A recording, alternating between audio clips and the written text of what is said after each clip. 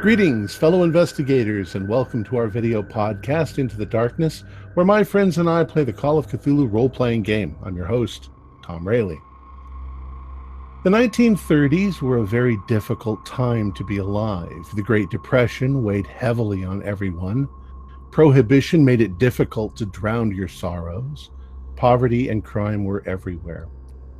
A difficult time indeed. Our scenario is entitled Dead Border, and it was written by Todd Gardner and Mike Mason, with some slight alterations made by me. I'm your GM, and this is a one-shot. First of all, let's introduce our cast of characters. Let's start with Luis Ferrer. Luis, tell us about your character. Hi, I'm playing Eduardo Moreira. He is from Portugal, and he's a big man. A little fat but strong. He is intimidating, but he's soft in the heart.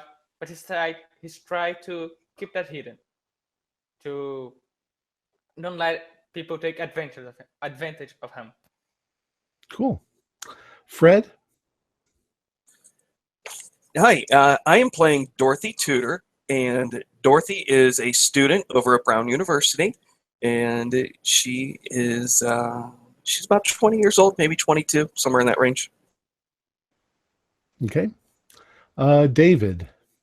Okay, I'm playing Ronald Clements, who's an English businessman who's in America and who's got involved with some rather shady characters in the Prohibition setting.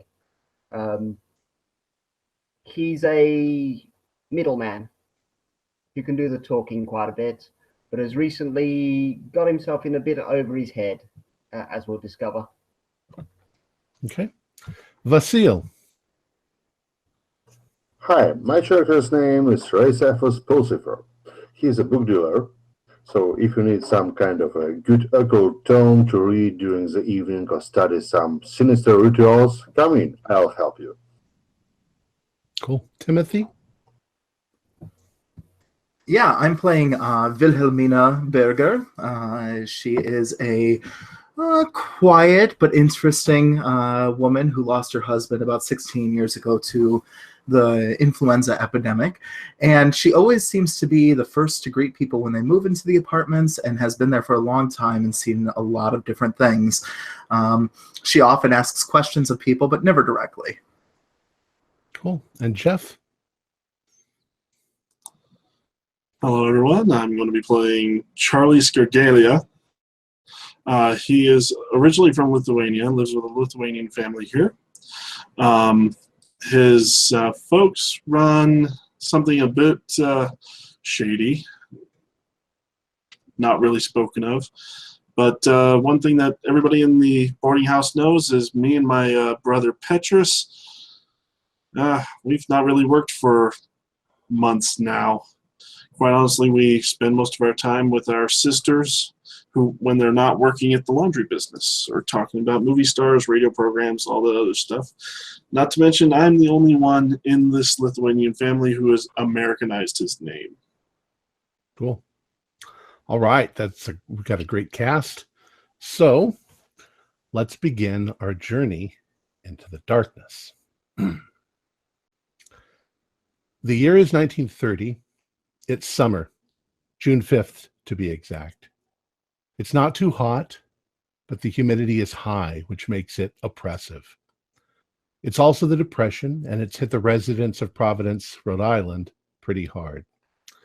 You live in Ma Shank's boarding house on the edge of Federal Hill, just outside Little Italy. Ma Shank's used to be a lot more active in the business, but due to her advanced age, and a few years ago, she hired Eduardo Moreira to manage the building as its landlord. It's about 11 a.m., and a number of tenants, including you, have gathered together with the landlord outside the door of Mr. James Gardner, who lives on the 3rd floor.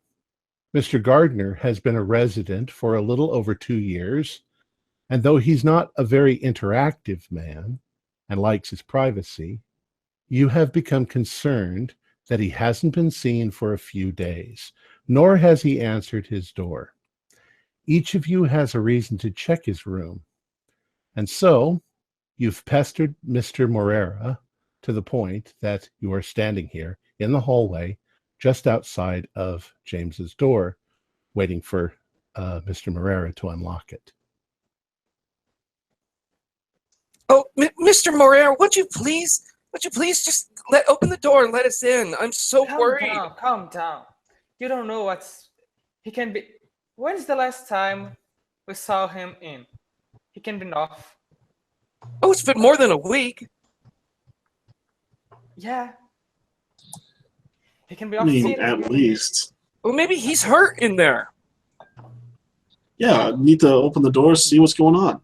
Maybe Do I there's already inside. anything different? Please, can we just No, calm down here a second? you kind of agree. Oh, okay. But do I smell anything different? Anything? No, and it's probably been about 3 days since anyone has seen him. Has anyone heard anything coming from the apartment? Nothing. Not. Okay. I'm gonna open the door, and I said, "Back off, back off. Let me in first." Okay. knocked. I should also I knocked. mention, Eduardo, that your son, your 10-year-old son, is at the top of the stairs about 5 feet behind you. Okay. I said, "Go home. There is things in there that you might not want to see. Go home. I don't Well, want you here." he's sort of hanging around, but you open the door. All right. Okay. When you open the door, the first thing that you notice is the smell of what smell like candles had been burning. And what you see is this. Oh shit. You're right in the middle at the My bottom God. of the door. Can I blockade the door? Is that Jimmy? I close the door. Well, no, everybody sort of pushes forward. Oh. I'm going You can all- to you can quite all do quickly sanity. try to shield Tommy's eyes if I Holy can. You can all do a sanity roll. Yes. Sanity, here we go. Convenience passing already said. Oh, I I passed. fail. Yeah, that's 43 fine. out of 50. 80 out of 60. 5 of 50. 33 for 60 sanity. Okay, if you failed, do a 1d4. If you succeeded, just take 1 point of sanity damage. Okay. I succeeded, 32 out of 50. You all have a reaction to it. You all Ah, jump. You all are horrified by what you see. But there's that human curiosity that causes you to all sort of push your way into the room. Tommy is coming to see what you all jumped at. I definitely trying to stop him. And I'll help Right, him to close the close the door. boy. Close the door. With you inside, I'll close the door. With us inside. I close the door. I don't let him in. I'll close it. I'll close it. I might also mention that there are no telephones in the building. I said to him, go call the police. Don't come Okay. in. And So I close the door. what Tommy is going to do is he's going to run to the police station. Okay.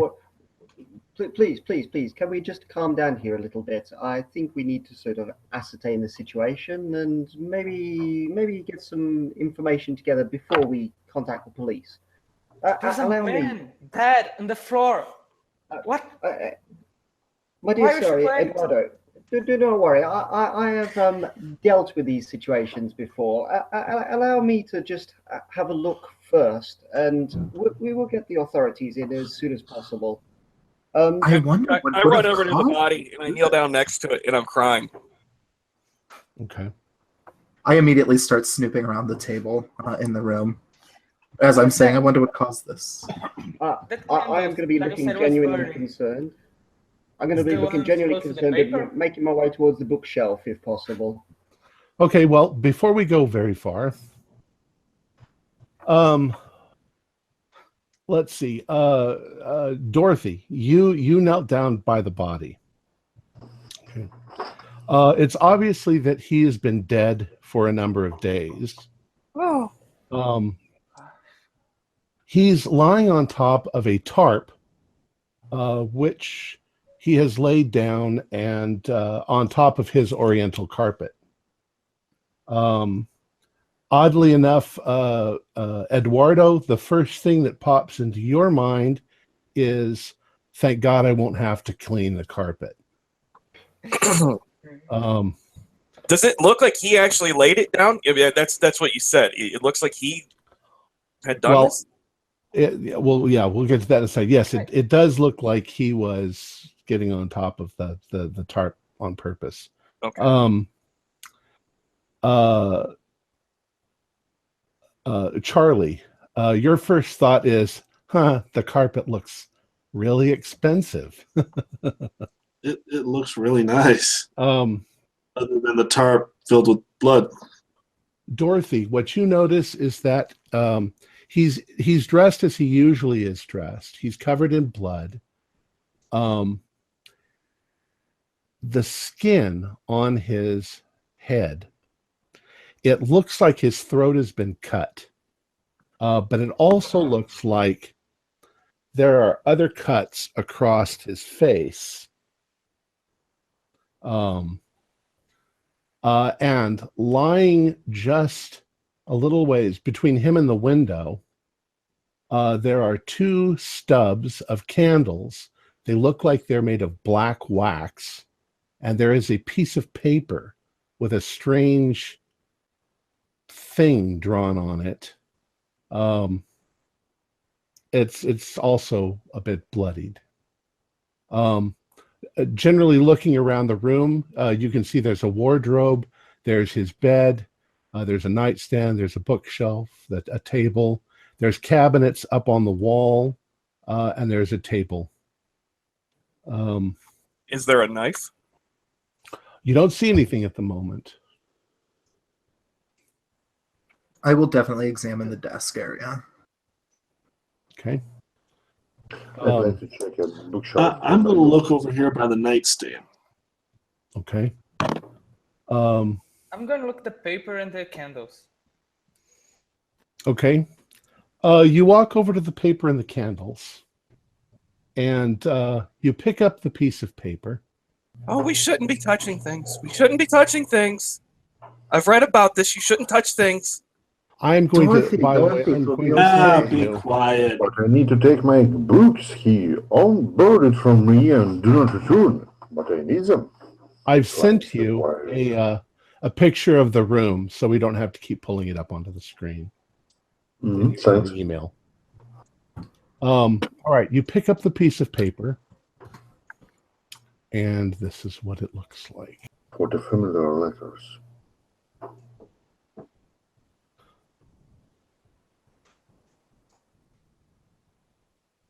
So, Luis, you have this. The language? It doesn't look. Go ahead and do an intelligence roll. Intelligence.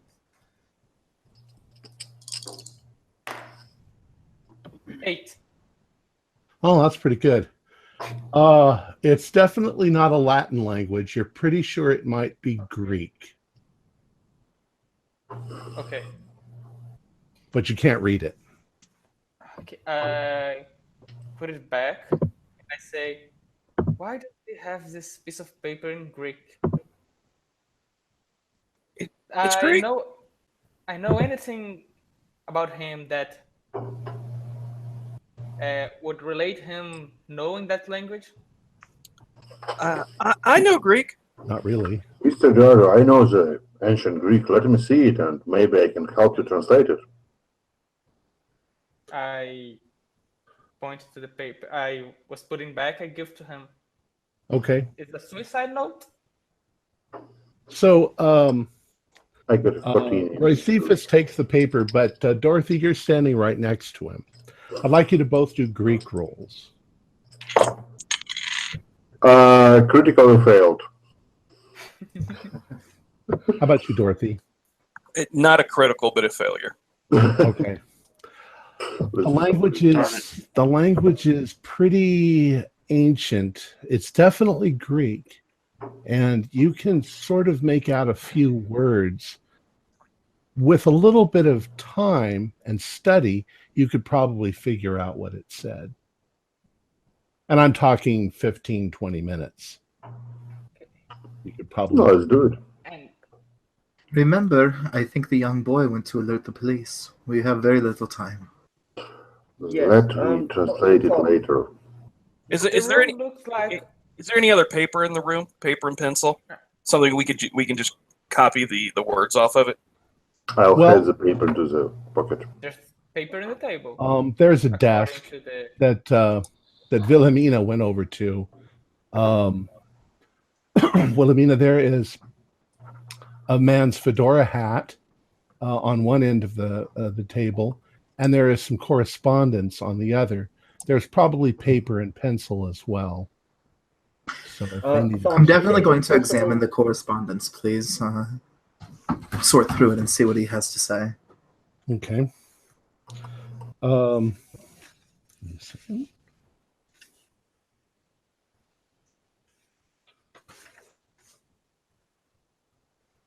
Okay. And when I'm done, I'm going to tuck those little treasures away so that I can examine them even further later.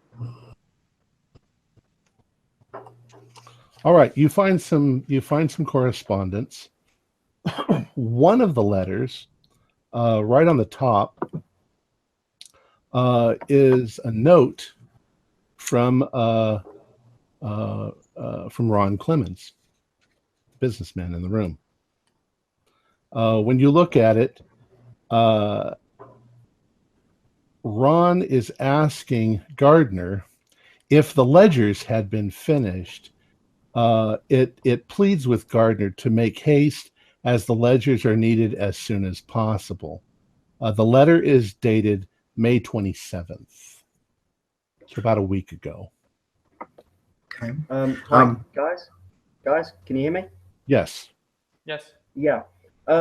While this is going on, Tom, and I'm showing genuine concern for this poor deceased man that's on the floor, James. Is it possible for me to be looking across the books to see if I can see what I really want to find in here? Yes, we'll get to you in just 1 second. Yeah. I would like to note that as I read these documents, I'm going to quietly, hopefully utilizing sleight of hand, try to put them on my person. Okay. Well, for that one, why don't you go ahead and do a sleight of hand? See if you can pocket it without anybody seeing you do it. I can't, but I'd like to push the roll if I could. All right.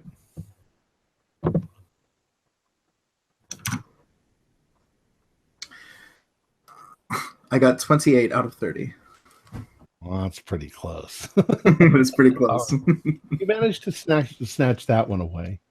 You also notice that there's a letter from Mr. Gardner's bank manager in Scotland regarding his dwindling funds, that he's running out of money. The letter warns that unless measures are taken to address the situation, Mr. Gardner's account will be cleaned out within the next 6 months. And then there is a range of other unopened correspondence. Oh dear, everyone. It seems as though he had some sort of dealings with a man from Scotland. And I'll show people the letter. Okay. Jimmy was Scottish. I think he came from Scotland. All right. Now I think Jeff, you had said you're going over to the nightstand. Okay. Yep. Gonna take a look over there. On the nightstand, there's a lamp, and there is a book. It's an old book. The title on the front is The Dreamer's Dictionary. Do you want to do anything with it, or? Sure. Not really. I'm wanting to look into the nightstand drawer if there is one. Okay, there is one. You look in the nightstand drawer, and there's a slim little journal. It looks like one that he would, a diary. And there is a small corked bottle of liquid and a small vial containing off-white powder. I'm pocketing these, the bottle and the powder. Okay. Why don't you do we'll make you do a sleight of hand too, just to see if anybody notices you. Okay. It's going to be interesting. '6. Okay, you slip them into your pocket. And I'll come around and say, I'm sorry, guys, I can't find anything here but a couple of dusty old books. I'd like you, though, to do a Some spot hidden. diary. Looks like spot What hidden. kind of book? Do a spot hidden, Charlie. Charlie, do a spot hidden. Oh, me spot hidden, sorry. 34 out of 70. Okay. Something you notice catches your eye that you find just a little odd. The bed. His bed it's made, the sheets are made up as if, they're tucked under tight.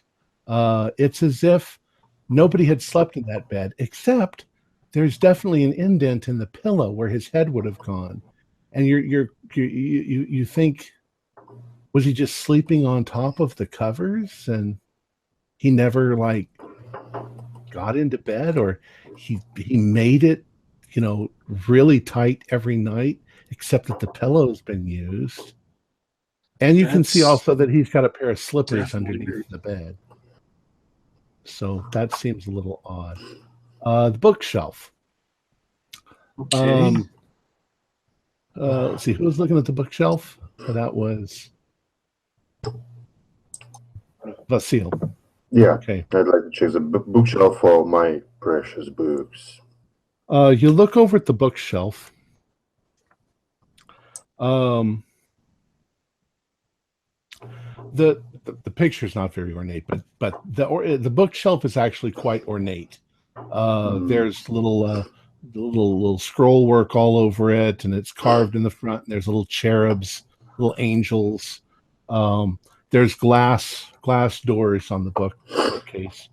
When you glance at the books on the bookcase, there's two shelves. The bottom shelf is pretty much filled up, and there's titles in there like books on finance, books on banking. There's a few travel books for some obscure places. There's a couple of occult books, which you think are kind of unusual. You haven't seen anything yet. You see Myths and Legends of Ancient Greece and Rome. Not sure if that was one of your books. This is one of mine books. By E.M. Behrens. You also see The Interpretation of Dreams by Sigmund Freud in it's still my book. A book written in German.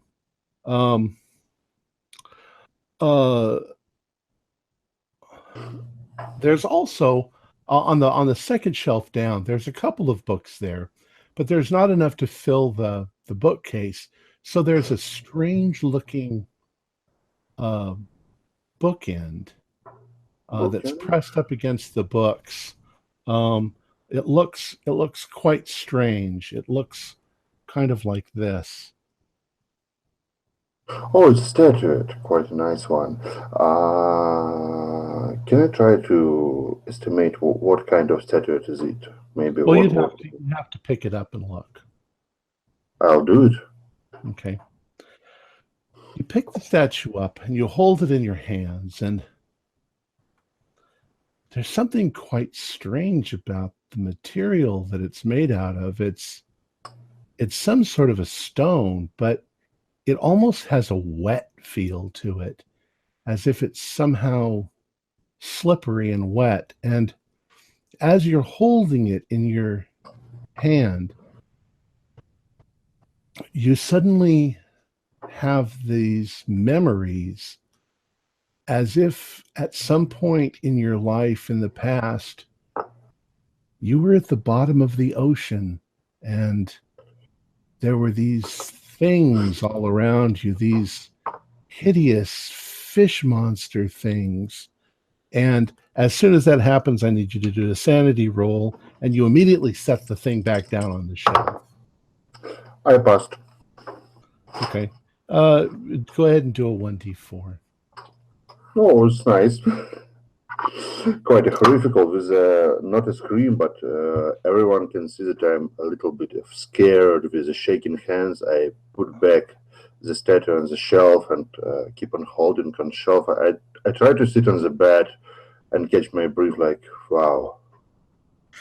Okay. I'm very Jeff? concerned for him, so I make my way Whoa, over to what- the bed and comfort him. What's up with you? Are you okay? What happened? I don't Charlie, know. I why just does everybody keep saw touching something like everything? kind of vision.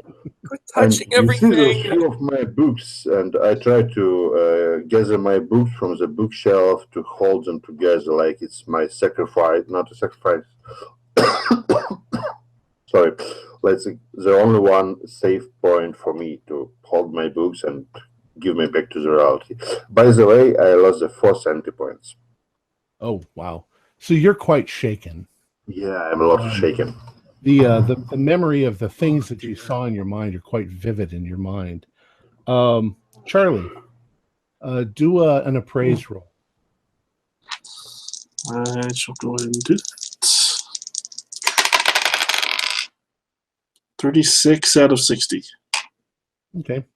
One, you're pretty damn sure that the bookcase itself is probably worth a hefty $75, and the statue that you just saw him holding, probably about $50.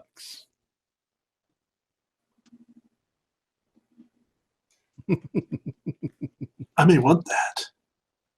Tom, the Yes. table. It's set up like he was having dinner or some meal. There is a table that has his place settings on it, though they're clean at the moment. Okay. He has a little. There, Oh. it's not really shown in the picture, but there's like a little cubby underneath those cabinets on the wall where he's got a little hot plate, and Okay. Oh, Eduardo. Mr. Eduardo? Yes. Did you know this guy? Did he sleep on his covers or something? No, I only know him because he was living here. He paid the rent in the day. That's what was one of the reasons I let you in, but nothing strange about him. Jimmy was What do you very mean? normal. He was very normal. There's nothing wrong with Jimmy. Well, I wouldn't say that. Oh, my dear Charlie, do you so? shouldn't worry so much about this. Please calm yourself. It will be okay. It's not okay. Everybody's touching his things, and the police are going to come, and nothing is the way it was. Shh, shh, shh, shh, shh. Dames. Wait, um, anyone step on the blood? I'm not. you've all been kind of careful not to walk in the. Now, the blood is mostly dry at this point. Oh. I'm gonna look at. You two, the ones that was translating the paper, they still doing that or they stop? Still doing it. Still doing? Okay. Okay. I'm gonna look in the wardrobe. Okay. There's anything there? Well, I just wanted to add about the bookcase. There is a drawer at the bottom of the bookcase, so it's shelf, drawer. Ooh, I want So to we look can in come the back to drawers. the drawer in a second. Well, you're actually on the back side of the bookcase, Oh, yeah, I am in it. and Vasil is on the. I mean, he's on the other side of the bookcase, where the doors are. It faces out into the room. Well, I'm going to get a little closer to Mr. Bookseller. And I'm going to make my way over to Dorothy now that Charlie's kind of calmed down a little bit. Okay. The Mrs. wardrobe.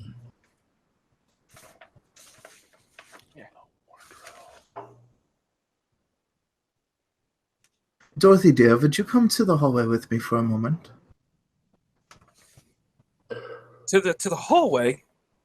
Mr. Yes, I'd like to Douglas, speak with- did you find- I'd like to speak Oh. with you for a moment, please. Sorry. Okay. Um, She's very reluctant, but yes. go ahead and do that for a second. We'll do that. We'll get to the wardrobe then in a second. Dorothy, I have some concerns. She pulls out the little letter that she pocketed. It appears as though there may be some involvement with one of our residents here. Take a look for yourself. I'm concerned that perhaps there's some motive, if this indeed was some form of murder. Her hands start to shake a little bit, and she reaches out and grabs it and opens it up. And it's the note about the dealings with what was the character's name again? I'm sorry. With Ronald Clemens. Ronald. Okay. Perhaps we should keep this between us for now, and not show our cards too soon. You think you would hurt him because of this? People do very crazy things for money. Da? Oh, that's Russian. Yeah? Okay. But Jimmy was so nice. I don't know. He would not want to hurt him. People do strange things. And then she starts to walk back inside.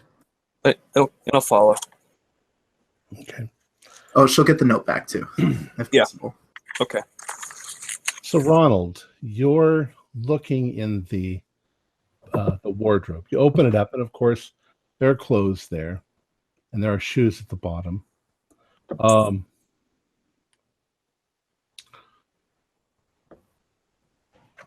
just lost my page. Oh, here it is. Okay. As you're looking around, you notice that in the back, on the left-hand side, there is a box.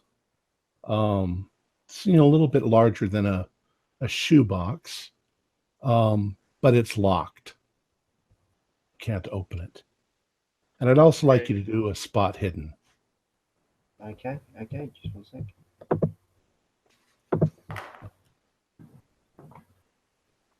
Sorry, I will spot no. hidden. That's 82 from 25, so I fail. Okay. That's what you find a What's box. the box? What's the material? It's wooden. Wood? Okay. I'm gonna close the wardrobe, and now I'm going to look for a key. Oh, I thought that No. Yeah, I was looking in the wardrobe. I thought Ronald was looking in the what I Oh, mean- wardrobe. Okay. Yeah. Well, what I have been trying to do as well is look around as much as possible without people noticing that I seem to have no interest at all in the body on the floor. I'm really desperate to find these books that I want. All right. Is there any chance of going to the bookcase or anything like that? And Yeah, you can walk around to the other side of the bookcase. okay, And you see what can I? Vasil saw. I mean, Roy saw. The books and the strange statue. And as I say, there's a thing at the bottom, a drawer. Okay, so I still haven't spotted the books that I want to. So can I go for the drawer? Sure. In fact, was there somebody else who wanted to look in the drawer? I'd like to check the drawer too. Okay. I'd like to try. Okay. Well, there's not that much room in the room, but you practically have to all kneel. Bloody on hell, the I can- body. I can Like in scoosh. Max Cavenger's inside the dead body's room. All right.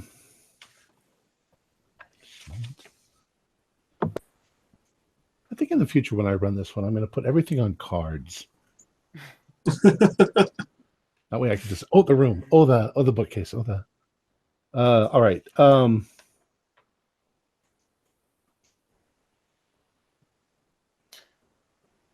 What you find in the drawer is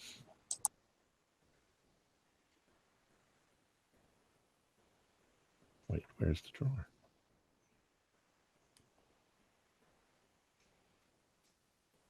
Top shelf. Sorry about this.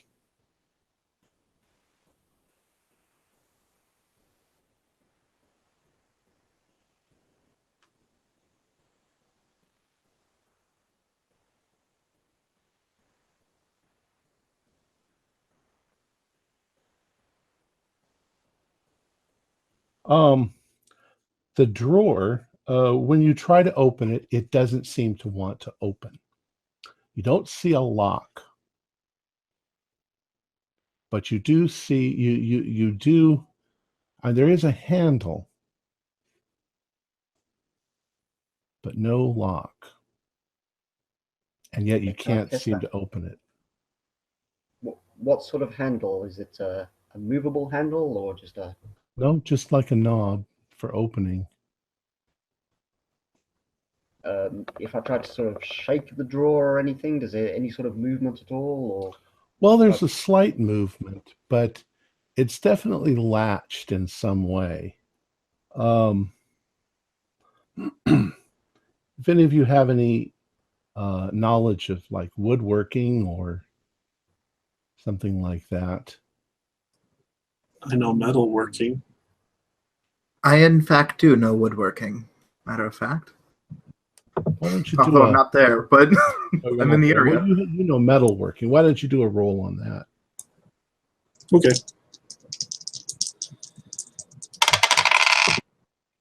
15 out of 50. Okay. You figure there must be some sort of hidden latch or mechanism to open up the drawer. Go ahead and do a spot hidden. Okay. Let's kind of look around, and 44 out of 70. Okay. You in fact find that on one of the little carved cherubs, the little angels, that there is a part where you can push the button in, and when it does, the door sort of pops open just a little bit. Oh, yeah. All right. So inside, when you open it up, there are a number of things. There is a book, and the book is Primer in Greek Vocabulary.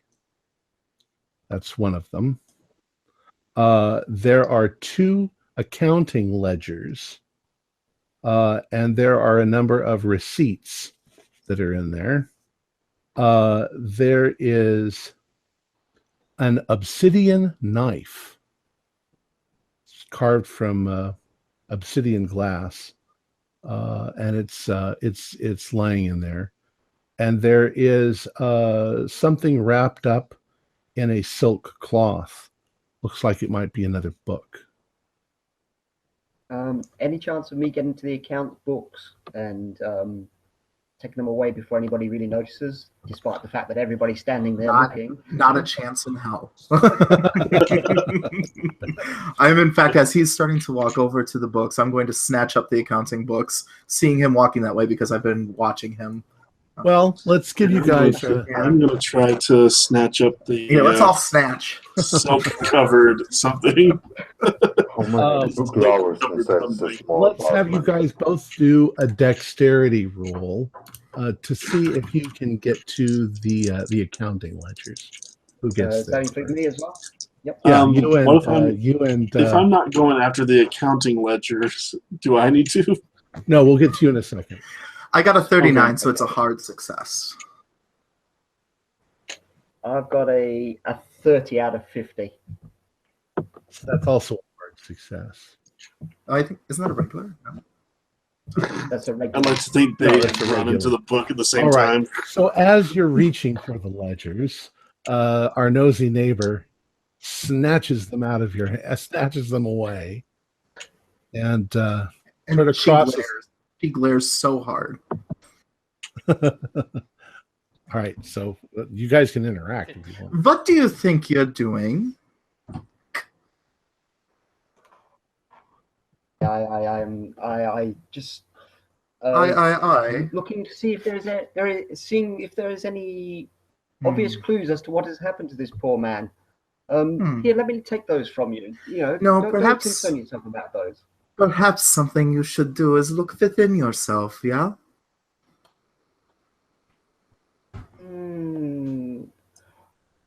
I'm not really a medical expert as such, so I I'll can't take really care of answer. them. You don't have to bother yourself with them. And she totally looks Take away and care of snubs them? you with a cold shoulder. Put the books back. Why you Uh, get? Could I speak to you for a moment, Eduardo? You know how far we go back with you and Tommy. Okay, but put the books back. Why In a you're moment. taking the books? In a moment. I would love to take a moment with you to chat, if you would. Well, Okay. while these people are chatting about that, since I'm I definitely can't get hanging to on to books. Uh-huh. Since I can't get to the It's books, time to get some books. the dagger. Okay, so you grab the dagger, and Charlie, you said you were grabbing the silk wrapped thing. All right. Yeah. It's the most expensive thing in there. Of course I am.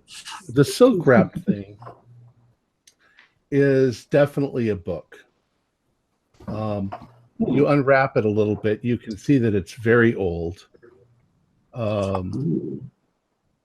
But you can't read even the cover. The cover looks like it's in the same language that the piece of paper is. Ah, son of a bitch.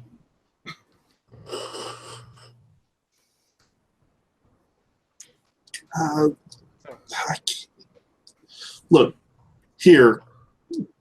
Hand it over to. Shoot, sorry, forgot the name. Sorry? I'll hand it over to Ronald. Here. Happy. Grunt my way over somewhere else. Thank you. Since I'd like I've to lost grab a possession of the books, book too, because can I go back to have a look at the body? Sure. We'll Tom? do the body in a second. Yes. Tom, yeah, while they were doing all of that, I went back over towards the body, and I've just been kind of kneeling there trying to figure out how he's gotten cut, and without really, I guess, diving into his pockets, I'm just kind of looking around real close at stuff and looking for something that he got cut with. You know, what make this happen? All right.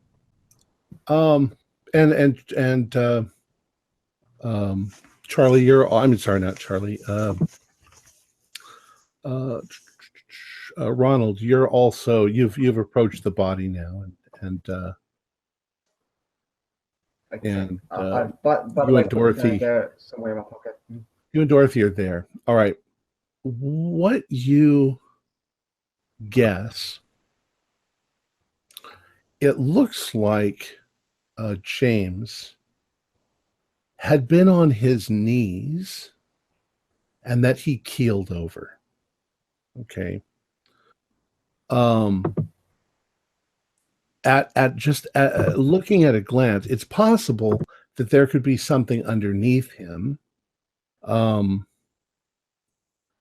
There's quite a lot of dried blood, and most horrifically, it looks like the knife cut may have begun on the top of his head and spiraled around his head multiple times and finally cut his neck.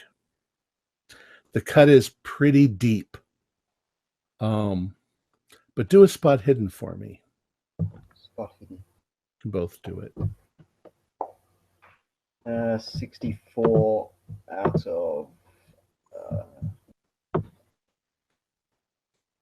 64 out of 25. Not big fail. Critical failure. Oh, okay. So other than that, you don't know. I mean, you're pretty sure that the blood loss would have killed him eventually, and there's definitely a lot of blood.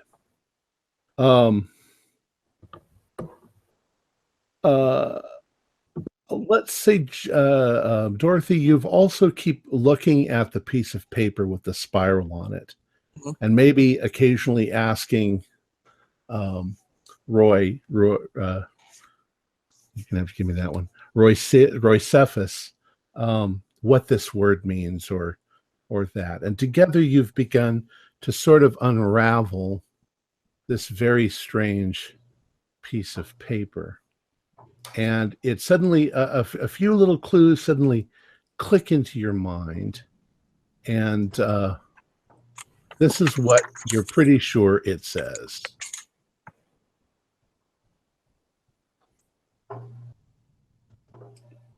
Can I roll a cool to see how much is it familiar for me? Sure. And of course, I failed. Yeah, it doesn't look familiar, though. Like, all of the trappings here is it's some sort of a spell. You've got candles. You've got him kneeling. Can I try a mythos roll on it? Sure. Do you have any mythos? Yeah, Like but I you. failed. Yeah, nothing. Maybe read it aloud. Let's read it aloud. Yeah, read it aloud. So And as we finish translation, like, guys, listen. Such an interesting ancient Greece words, and I read it aloud. Okay, read it aloud. I know. So we have listeners who can't see the picture. Please read it aloud. I call upon the one who is Yaxator to hear my prayers. He's a gate and the garden of Ferrer. This vessel has been prepared for you. Empty the man and fills his body. Transport my consciousness. Prepare the way to dreams. Yaxator opens the gate. Does he read that in the Greek? No, he probably reads it out loud. He's translating it. Yeah, some guy translated it into English. What the hell are you reading? Oh, it's written on this note. I don't know, maybe it's one of his friends and they played some kind of charades. Jimmy really liked dreams. He knew a lot about dreams in a Carl Gung in Freud. He's borrowed a few books about dreams from my store, and Yeah, that explains the book he's got on his nightstand. can I take a book from a nightstand and is it one of mine? It is the Dreamer's Dictionary. My precious. It's a glory of my collection. Is Roy Cephas Golluming over there? you said that he sleeps over the sheets, and he writes the paper in Greek about dreams and preparing his body. I don't think he wrote that. Could I speak to you, Eduardo? Yes, sure. Speak. Whatever. This guy was clearly off his rocker. Of the room. Yeah. Jimmy was not crazy. You need to quit saying that. No, he's not a crazy, it's just a strange letters. I don't know, just everyone, you can see it and you know what's written here, I read it to you. It's a fully authorized translation. I leave the room. Is there any chance of having a look at the dagger a bit closer while everybody's talking at the moment? Sure. It seems like a rather ornate dagger. The blade on it is carved from obsidian. It's razor sharp, and let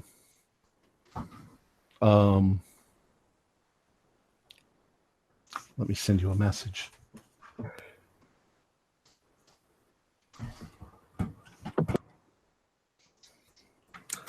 And please talk amongst yourselves. So I leave the room with Wilmia? With Wilhelmina, yes. Wilhelmina. Frau Berger. What do you want to say? Yes. I'm concerned about, you know who. He's always so peculiar around here. And then this action toward these accounting books, and then this, and she pulls out the letter and shares it with you. I don't think, perhaps, this man did this to himself, and perhaps one of our friends inside might have had something to do with this. Why didn't you tell me this before? He was. Well, He could. standing right there, we should talk in private, yeah? Okay. You say if he got anything? Well, He was running around the room.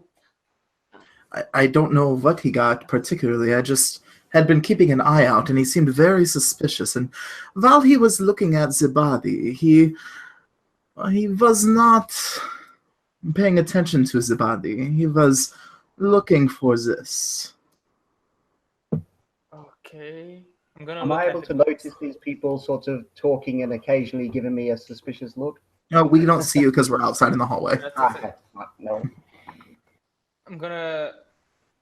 I'm not gonna read the books. I'm gonna go back to the room. Ronald, what was your relationship with? I forgot the name of the. James Mr. Gardner. Gardner? Mr. Gardner.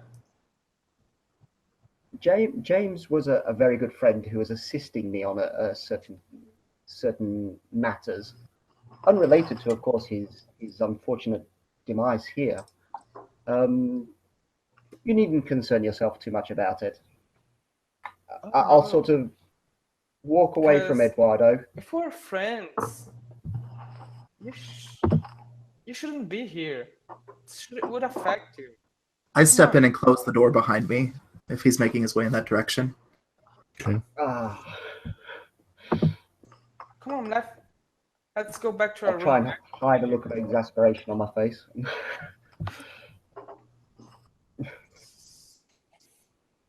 Then how do you explain this? And she pulls out the letter. Could I just read the letter again, please? Absolutely not. 9. Oh, I don't understand. What is the issue here? I mean, I'm just as concerned as you all about what has happened here. And I'm just trying to find out You have what business has relations occurred. with him, and you are trying to get his books of accounting. Why? Yeah, They- why? You're hiding. I'm not trying to hide, but there are things of no use to anybody else, and I just wish to obtain them. Even to the police. Oh, they're of no concern to the police at all. They're of no concern at all. She just starts reading the letter out loud. My dear, you don't need to do that at all. Can I try to maybe stop you in some way? Sure, what are you going to In do? a gentlemanly way. Maybe try to grab the letter. Sure. Do a dex roll. Well, you guys She's want to going- get opposed. Her response is that she's going to try to take her hand and just shove it in his face and push him away. Okay, so You'll do the once dex again, roll? And do continue opposed- reading. Go opposed dex roll. Frau, go Frau, go Frau. 49 out of 50. Just a success. Mhm. Let's see here. While there's a wrestling between them, can I take my book into my as a road to you, Tom? I Of got course. 30 out of 50 on my roll. Okay, so you've rebuffed his snatching at the letter.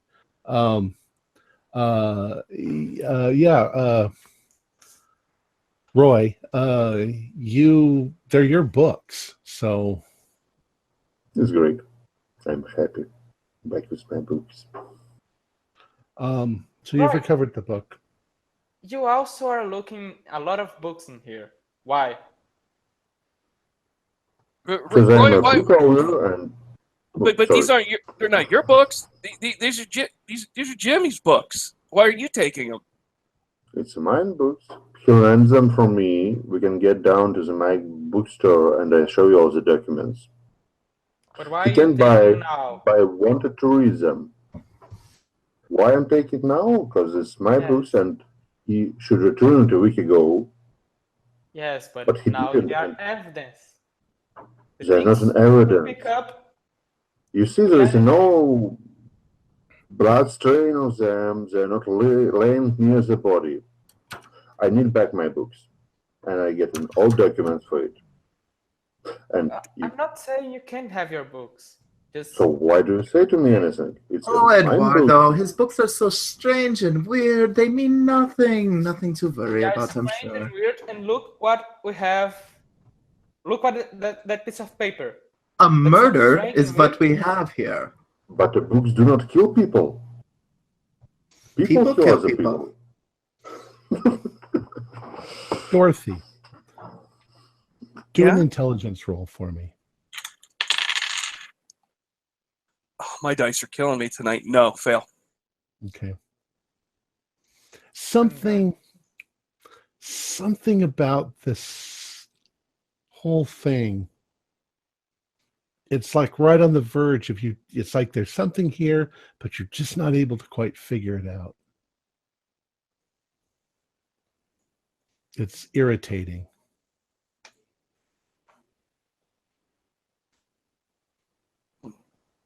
What are those books about? The books that you're taking back.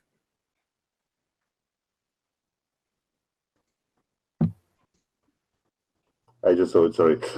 What do you mean what's they about? They're about the dreaming. It's a little bit of occult books, if you're interested in this, of course. You know quite a specific topic for a specific people, not a regular one, if you understand what I'm saying. Okay, they sound specific, but they sound like that has something to do with what's written on this card here. Oh, they can do nothing. It's just like an ancient Greece mythos. It's quite a good one and help you to get nice sleep and good dreams. Nothing more. You know, you sometimes can come into my shop. Maybe I give you some kind of work for a nice and good student as you to help me with some books and give you some payment for this. This will help you in education. Oh. My education's going very well, thank you. And my parents are taking care of that. I don't have to worry about that so much. I really think the police need to see what those books are about in case it has something to do with this. That's evident. Yeah, of course they can see it, but I must store them properly. You see, I show you one of the books. It's a little bit damaged, and I must restore it because if somebody wanna buy it, they have to pay me a full price, not a half price. But you should put it back where it was until the police can look at it. Police can look at in my shop. It's quite important for me. I think we'll need to let them decide that. I do not agree with you. You don't have to. Yes. And that's my decision. Roy Cephas, No. Yes. how do you know Ronald? Oh, he's a friend of mine. Quite a good one. From how long ago? How well do you know each other? Time to time he entered my shop to take a book or two for a few weeks of reading. But he always gives them back in a time. Did you ever spend time together outside of the shop? No, we usually meet inside the shop. Interesting.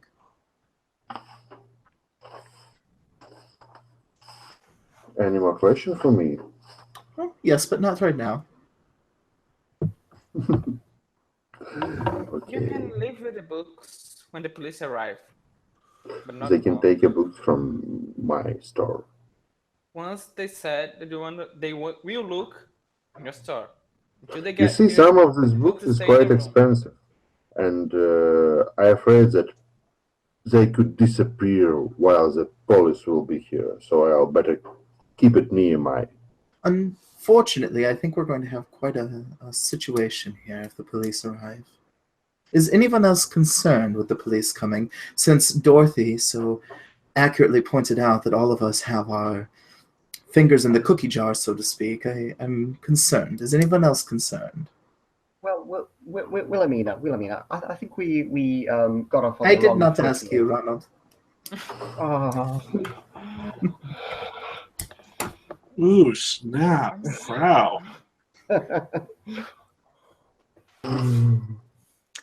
Ronald, do Shit, a you're right. Ronald, do a spot hidden. nope. 88. Nope. Okay, never mind.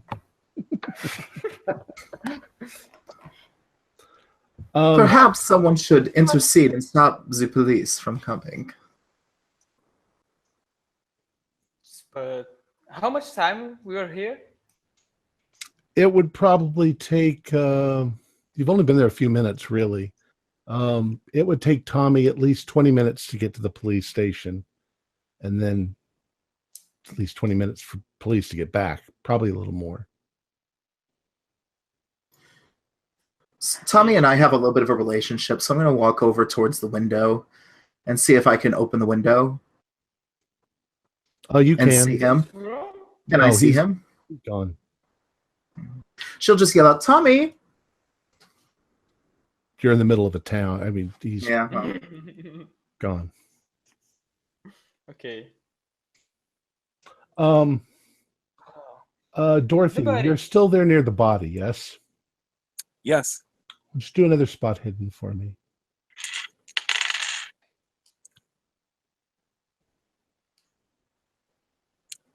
A hard pass. Okay. As you're sitting there and you're mourning his death, you suddenly notice something. And I mean, his shirt is kind of open and his sleeves are rumpled and not all the way to the end of his arms. And there's something on his skin up, normally his cuff would come down to here, but a little bit above that, it's like there's a scar. And you notice also here on his chest, there's a scar, and it's a little spiral. Have I ever noticed either before? No, I mean, normally he is buttoned up and, a proper gentleman. But in this case, you're seeing more skin than you've seen before. And there's definitely some scarification of some sort on his body that you're really quite surprised. It looks kind of like that same symbol that's on the paper. Miss Berger, come look at this. Yes, what is it, sweetheart? Oh. You look at his arm here and over here on his chest, where like his sleeve and his chest, his shirt's open. Yeah, it's kind of gross. It's like a scar, but it's like what's on the card. On the card? I have not seen the card yet. She means the piece of paper. Yeah, I don't think she saw it yet. Oh. It's laying right What's there. I'll interest- just point to it. Yeah. It seems, and she keeps glancing back over at Ronald, as though it would take more than one person to do this. Yeah? Dorothy, do another You said intelligence he's roll. not off his nut? I'm concerned with safety So of my pass on the boots intelligence and roll. You track passed that time? holes. Yes. It suddenly clicks, boom, in your head when Wilhelmina says it would take more than one person to do this. It suddenly clicks in your mind that based on the way the scars are, especially the slash on his head, he did this to himself. You can see that he used his right hand and came across like this, and then he took his left hand and continued the scar, and then cut his own throat. That doesn't make any sense. doesn't make any sense. It would also mean What doesn't make that the sense? knife would be somewhere there on the floor, possibly under his body, since he fell over as he was kneeling. Well, I've walked back over to where the body is and noticed them talking and looking at the piece of paper. And what do you mean it doesn't make any sense? What doesn't? I think he had to do this himself. Look at the way that the scar goes around his head, or the cut goes around his head. It looks like he had to do it himself. Like that's how his arm would reach. But and she just gets really frustrated and actually rolls the body back despite her. Why don't you What are do you a doing? do a sanity roll for me? Oh, You too, Wilhelmina. I don't want to. Okay. Yeah, it's definitely a pass. Okay, you just do 1 damage, but you're quite horrified.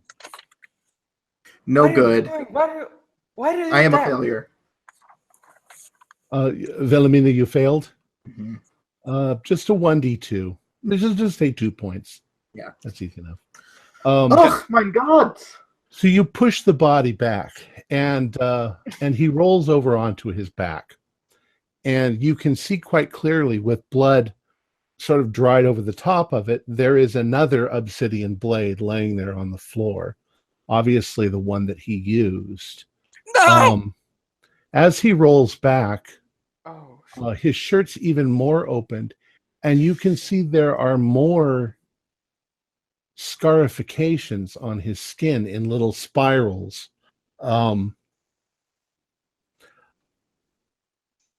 Do a first aid roll, Who's doing that? Dorothy, as she's standing there. She's looking right at the Fail. wounds. Okay. Anybody else who's standing over? Why don't you also do a first aid roll? Sure. okay. Sure. Oh shit. Failed. Extreme. I got a hard success. I got a pass. For 30. Out of 50. I got a 50 out of 50. Extreme. You got an extreme pass. Yeah. All right. 3. What you notice, and you say it out loud to everybody, is that some of the little scars are older than others. That some of them look like they might have, in fact, be quite fresh. And some of them look quite old. As if he's been So- doing this for a long time. There's a lot of them. There's a lot. Yeah. So he's been doing this for a long time. Something went so wrong this time that he tried to kill himself, or he was planning to This do guy it? was nuts. Right. Ronald looks very shocked by this whole thing. People, could I just say something in the interests of openness here? And I'll take out the dagger that I'd taken. It's true. Oh, And okay. You are one of them. No, wait. Why? Let me Why? explain. Oh, Let me explain. Oh, show Oh, your God, chest, for you once, can't shut up, stop please. too. Wait, let me explain. James purchased these 2 blades from me. He requested that I get them for him. Do you have these scars as What? well? Open your shirt. No. Open your shirt. You can see. Open my shirt. Whoa, Yeah. Frau. Whoa. You are part of Excuse this coat. Let You also me do that? explain. James came to me and requested these 2 blades. I thought they were just wonderful objets d'art. I acquired them for him. I never imagined that this could have happened that we're seeing here. How much did you pay for him? Oh, I have this information here. Say about $50 each.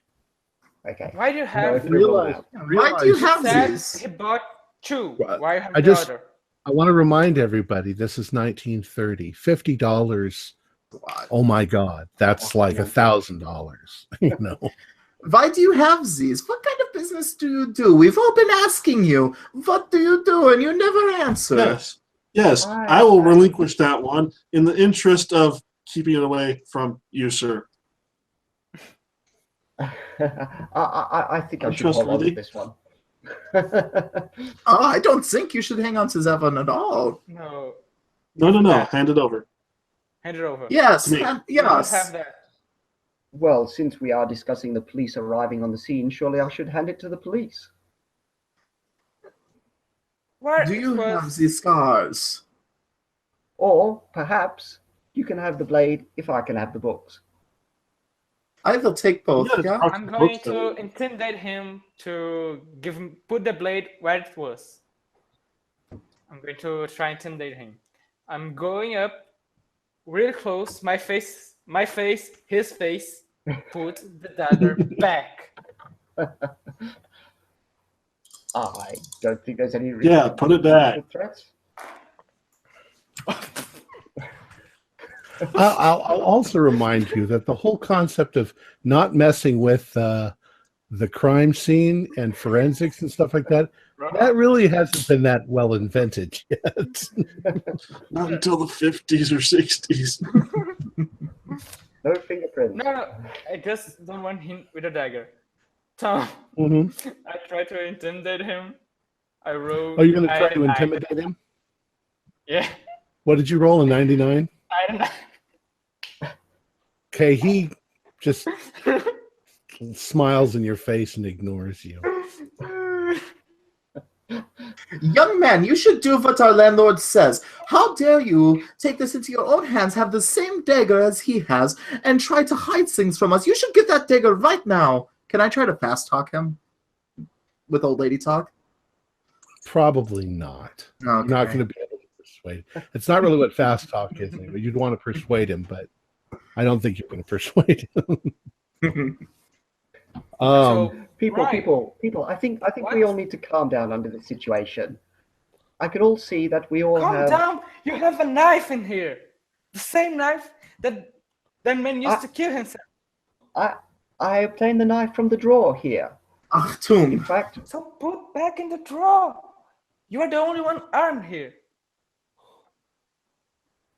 well, I'm beginning to think now this gives me a little bit of a bargaining chip here, possibly. The books, Wilhelmina? But you still. Oh, come on. You're going to stab a lady for books. No. She's She's going to reach out and just grab the dagger. Dagger goes in my pocket. Well, Yeah, try. I think he's probably expecting you to do that, so it's not going to work. You know what? I'll tell you what. To be in all fairness, I'll probably why fail. don't- I'm not very good at why it. don't So. you go ahead and roll a dex roll, but with a penalty dice? Okay. You know how to do that? I do, yes. Okay. Dex. Okay. Well, I'm pretty dexterous. Let's see here. Okay. So I ended up with a 59 out of 80. That's even with the penalty? I rolled a 10 on the penalty die, or on one of the die, and a 50 on the other. Okay. I'll take a screenshot of it for you. Let's see. No, that's fine. So then let's have Ronald. I would like you though to do to roll a dexterity, but with a bonus dice. Right. So you know how to do that? No. Okay. You're going to roll the tens. You're going to roll three. You're going to roll the tens 10-sided dice twice and take the better number. Oh, okay. Yes. Oh, my goodness. I got an 8 and a 9. So 87. Wow. Major fail. You caught me out, little old lady. No, wait. I'm sorry. You're going to roll the tens. 10, 20, 30, 40, 50. Yeah, I did that one. I got an 8 and a 9, so it's either going to be 80 or a 90. Oh, It's well above my deck. that crazy German woman just Snatch reached it out up. and snatched that knife Ninja right out of your Frau. hand. However, I would like I would like the Frau to do a luck roll. Uh-oh. Oh, shit. What is my luck? 35? That's not okay. All right. No. 89. Okay. It's not a lucky day. Ouch. I'm going to say that in the process, you cut your hand. Oh, my hand. You're going to do 1 point of damage. Oh. 1 hit point of damage.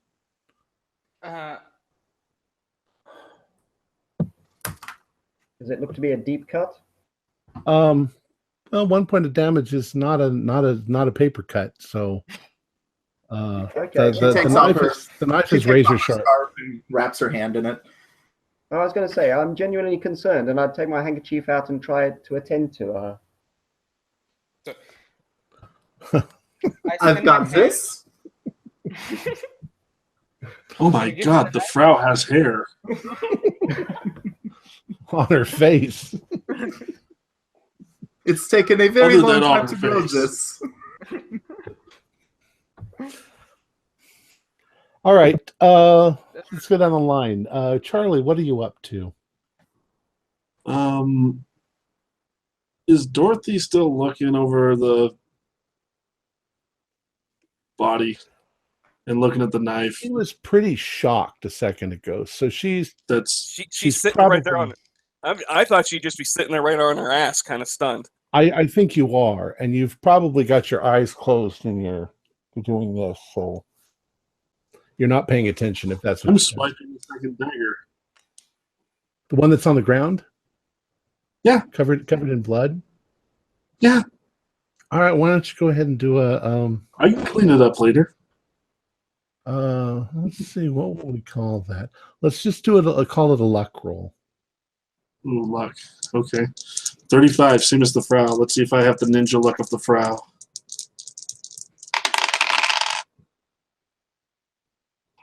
$63 out of 35. Okay. You sort of kneel down like you're concerned. You're going to look at the body. Your hand goes out to snatch the knife, just as Dorothy sort of opens her eyes, and you just you do some sort of a smooth move like as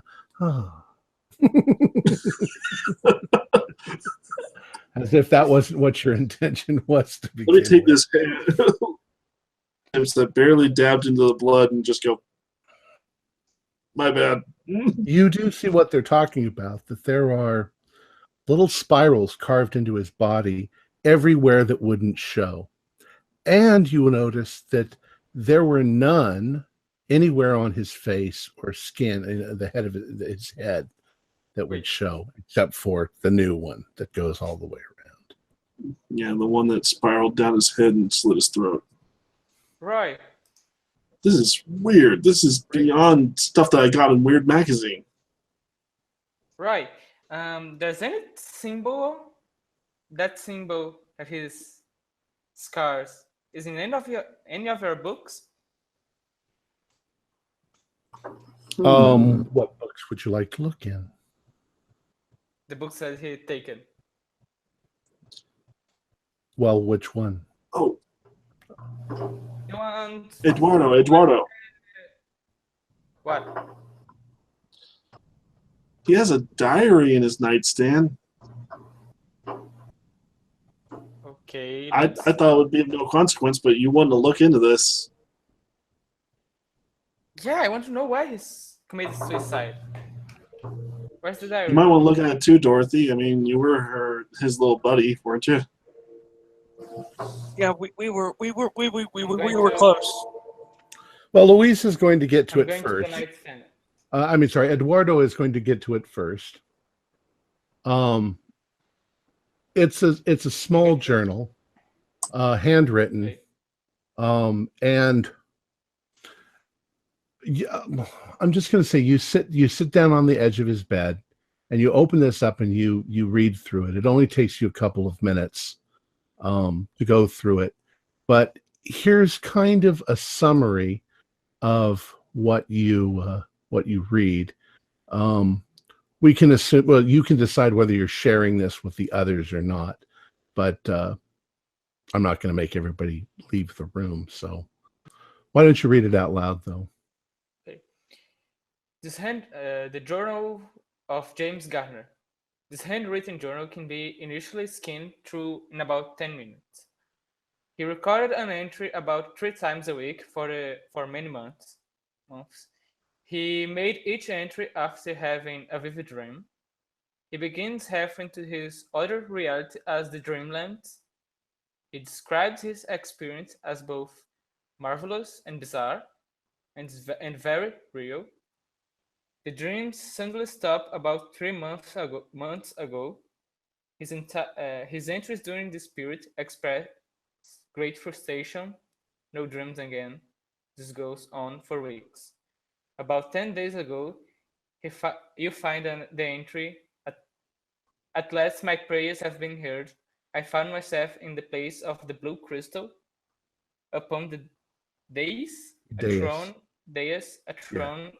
throne, a being that shimmered with strange light.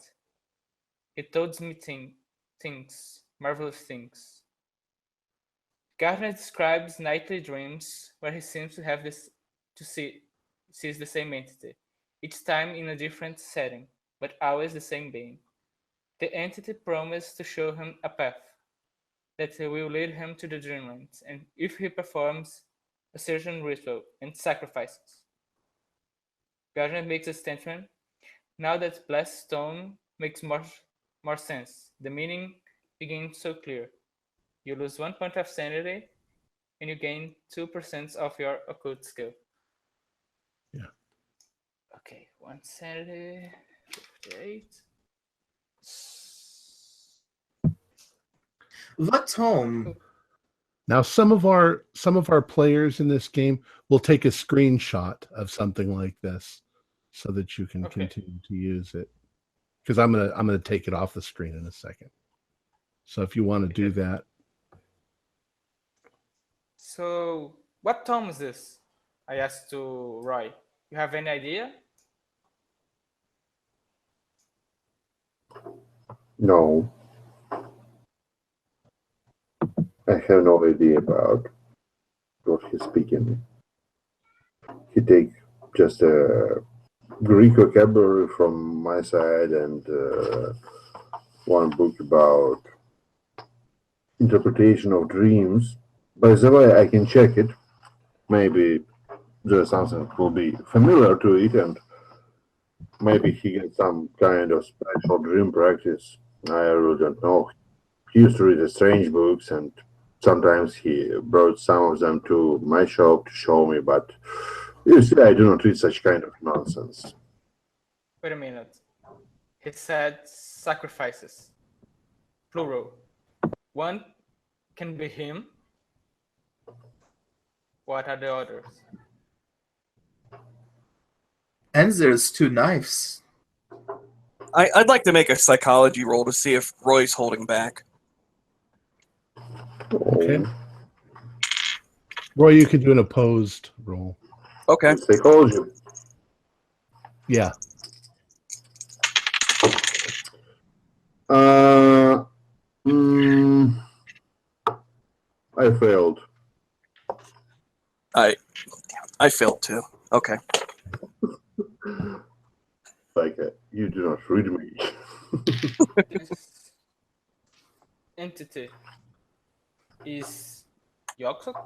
The one in the paper? Yoxotot? Yeah, it was pretty something like that, but I don't know what is it. Maybe he mistranslated something from Greece. I'm really concerned now. Tom, can I ask you a Can't question? be another one. Yes. In the time that I've known James, have I seen any sort of odd behavior from him as such? He always seemed kind of an oddball, very quiet, not very talkative. You were actually quite surprised when he approached you, asking if you could if you could procure the knives for him. Okay. It seemed quite surprising that he did that. Other than that, you guys see him occasionally, but he's not very talkative. especially now. No, but he has been reciting some strange poetry every night until he stopped. I don't know what the language was. That poetry. Was it I don't know strange? the language. I'm not familiar with it. But it was some strange prose or poetry or some sort. Could be a Could you prayer. maybe remind us what kind of language? No, I mean not a remind, just retranslate it how you hear it. Maybe I can understand what is the language is that and translate it to you. Perhaps if you could, you say this is Greek, yeah? Yeah, ancient Greek. Could you speak some sort of ancient Greek that isn't what's on this paper? Perhaps that will make some sort of cognate sense. But if the Cognizant. thing he was saying was the paper, was the thing. Perhaps it was on this sheet, as the landlord say. Oh, I can try to do it. Why not? So, Just, yeah. I- She's gonna I try think- to see, basically, she's going to try to see if it sounds similar to what she Right. was hearing. Well, I think that it would make sense that keep trying to get your name.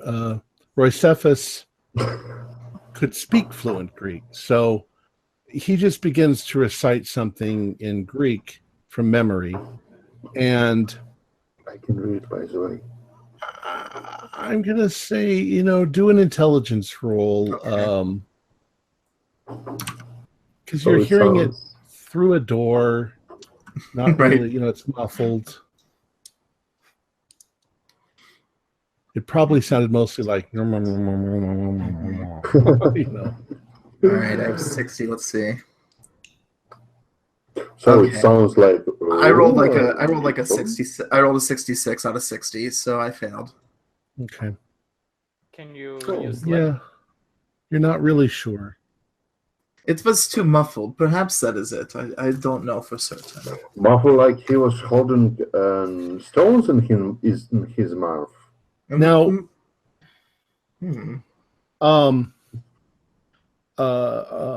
Wilhelmina, you heard this one night when you were passing by, or maybe snooping around. You got it.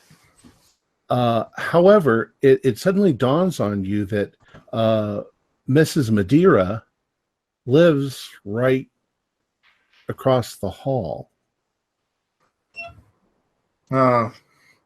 Perhaps someone should go speak with Mrs. Madeira. Perhaps someone, not me, someone else. You want to involve another person in this? Well, perhaps can she do knows that. more. No, you're fine, Ronald.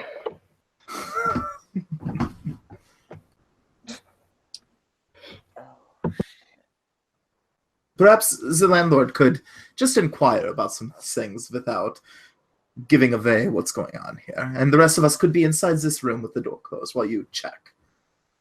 Roycephus, can you come with me to speak in Greek? Yes, I can. I can translate for you. To be an And- interpreter. Wilhelmina's definitely going to not close the door completely. She's 100% going to be kind of eavesdropping with her ear outside the door. I'm gonna wait. They close the door. I'm gonna leave. Wait them to close the door and knock in. This is my data. Okay, we'll get to you in just a moment. What are the rest of you doing? You guys are still in the room. Did Dorothy They won't go allow me to- go ahead, Phil. speak with? Sorry. Did Dorothy go and look at the journal?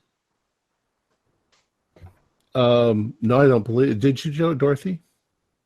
No, she's still upset. She's Yeah, I didn't look at it. okay. So nobody actually went and looked at the journal. They, oh well, no, no, I yeah. said erase yeah, she read it. She read it out loud. Eduardo. Can I take the opportunity to scour the room again, since they won't allow me to go out and talk to anybody? So, Sure. Where would you like to look in the room? everywhere. No specific place. I'm having a good hunt around now since there's nothing All right. else to do for the moment.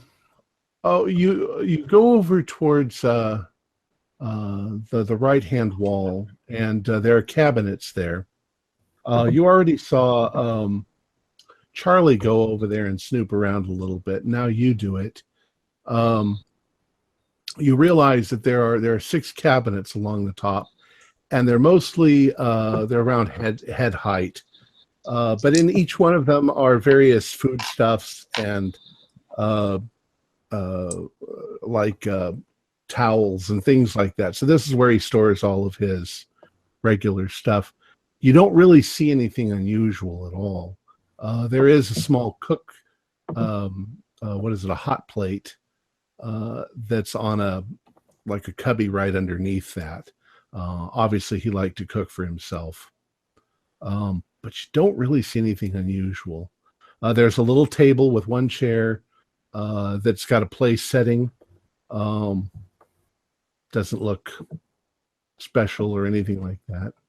And then the table on the other side has a hat setting on it, and some, pencils and pens in a nice little wooden thing, and some stationery paper. Oddly enough, you're pretty sure that there were some letters and things here before, but some of them seem to be gone, especially, well, it is. She read it out loud. So she was snooping around. But other than that, you don't find anything. Jeff, what were you doing? Charlie? Well, it's kind of Dorothy's still hanging around, so it's it's pretty much I'm going to be looking around the place. You saw that there was what a else might be box. there. You saw there was a box in the wardrobe, and actually quite a few shoes. Shoes are expensive. Yeah, but what's in the box? I'm more interested in what's in the box. Well, it seems logical that he probably had a key.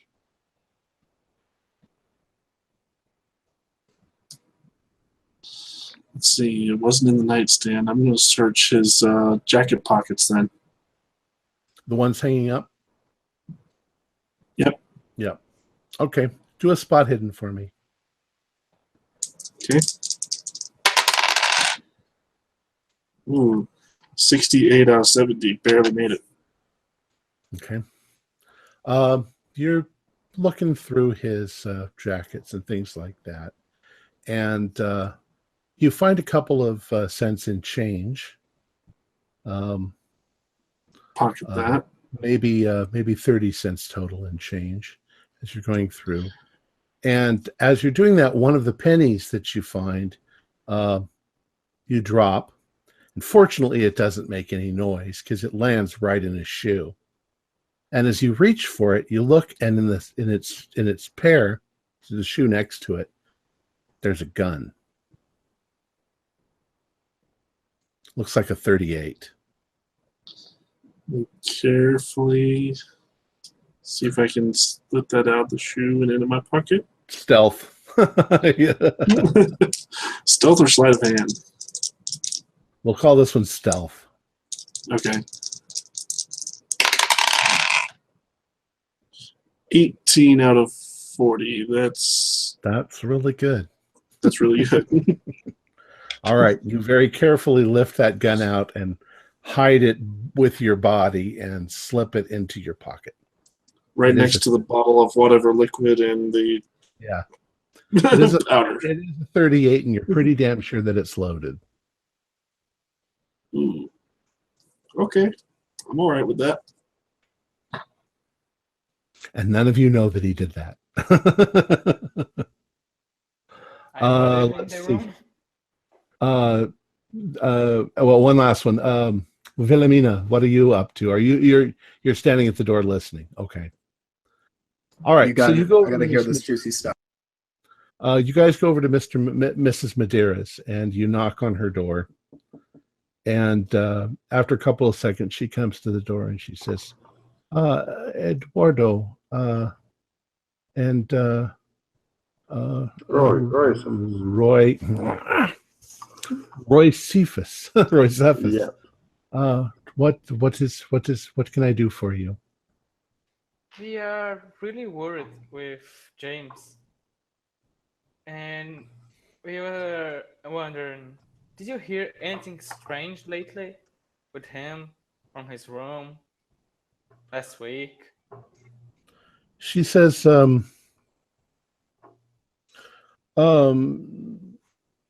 she never hears anything from him. He's a very quiet person.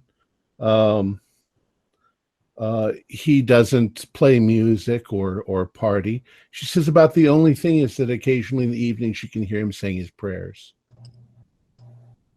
Can you recognize the prayers? She says she doesn't really know. You know, it's muffled through the door, but it doesn't sound like he's praying in English. And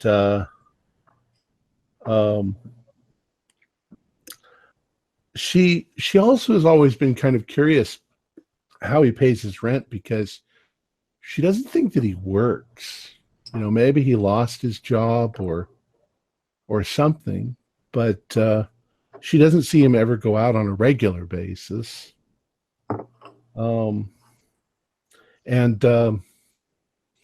She hasn't seen him at all for a few days.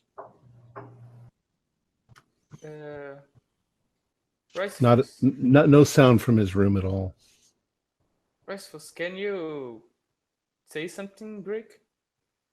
Yes, and I starting to say few phrases in Latin. Okay. Is this the language here? She says maybe that could be that sounds like it has the same sort of rhythm. And then I say a few phrases in Greek. Okay. She says maybe that's the language. I don't know. I believe he was Scottish, so maybe it's Gaelic. I don't know. She said, but you know, about 2 nights ago, around 10 o'clock at night, I think I could hear him singing. 2 nights ago. 2 nights ago. Do I remember hearing him singing? No. And maybe I. Can you recognize the music? I'm afraid I can't sing a song on a Greek language. She says it was strange. It was louder than usual, his prayers, and it definitely wasn't in English. The sound, the melody was very, very strange. I could hear him singing for maybe 5 or 10 minutes, and then it just stopped. Okay. I'm really concerned with him. Thank you very much. That was all. Well, if you find out where he is, make sure, you know, I'm concerned that he's okay. Okay, thank you. And she goes back inside. Mr. Moreira, I like to leave you for a few moments to get my books back into the store and to check them. Don't worry, I'll be back in a few minutes to join you and wait for the police and give all the evidence as they want. I can go with you. Oh, of course you can go with me. There is no secret. I do not want to hide nothing from you. It would take you a half an hour to get to your shop, and you probably shouldn't leave the scene of the crime until the police arrive. As they're coming back to the room, I shut the door, pretend like I wasn't listening. Can you respond? The door was shut before us, or it's... Oh, you guys definitely hear the door shut. She's very subtle. Maybe we can see who should do it. Like a nice blue dress. Charlie, do you still have the book that was wrapped up? No, I actually gave it to Ronald. Kind of in a huff because, damn it, I did not want a book that I couldn't read. Ronald, what did you do with the book? Do you remember? Did you just Yes, set it that- somewhere? That is a good point, actually. I completely forgot about that one. I'll probably take this opportunity to have a look. Okay.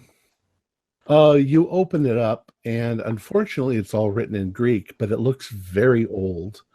There is, however, a piece of paper that's been used as a bookmark. Right.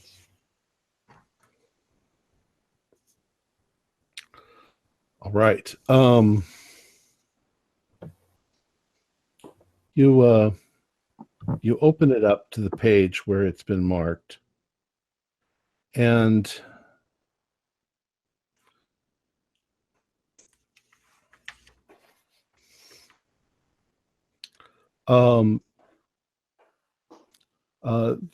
the piece of paper itself also is written in a foreign language, probably Greek. It looks very similar. But there are diagrams on the page. One of them looks exactly like the piece of paper that's over on the tarp. And the other one looks like a human body with little spiral marks in certain spots on the drawn on the body, possibly corresponding to the ones that are on his body. So, yeah, I'll double check that against his body, and they seem to match up exactly. They do. Right. Ronald, could you be a dear and help me for a moment? Okay. Could you, dear Dorothy, if you'd look away for a moment, could we move the carpet underneath this fellow and see if there's anything on the wood beneath him? I'll go and sit on the bed.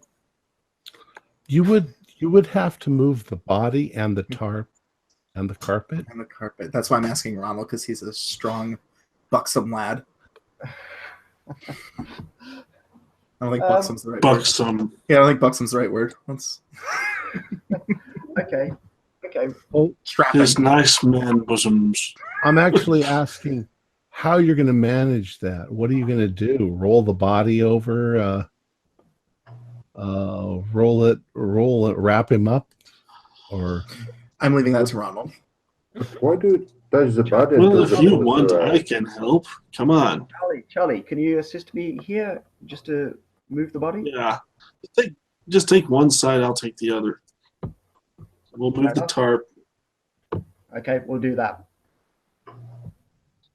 Don't damage the rug. It's a nice rug. okay. Let's say that what you do is you each grab a corner of the tarp, or you grab two corners of the tarp, and you sort of slide him closer to the cabinets on the wall. So you've cleared the carpet away from, in front of the window, or you've cleared it so that you can roll the carpet back if you wanted to. Okay, do that. You begin to roll the carpet, and you can immediately see that the wood underneath the carpet is clean. The carpet probably hasn't been moved in years, and there is nothing unusual about the floor at all.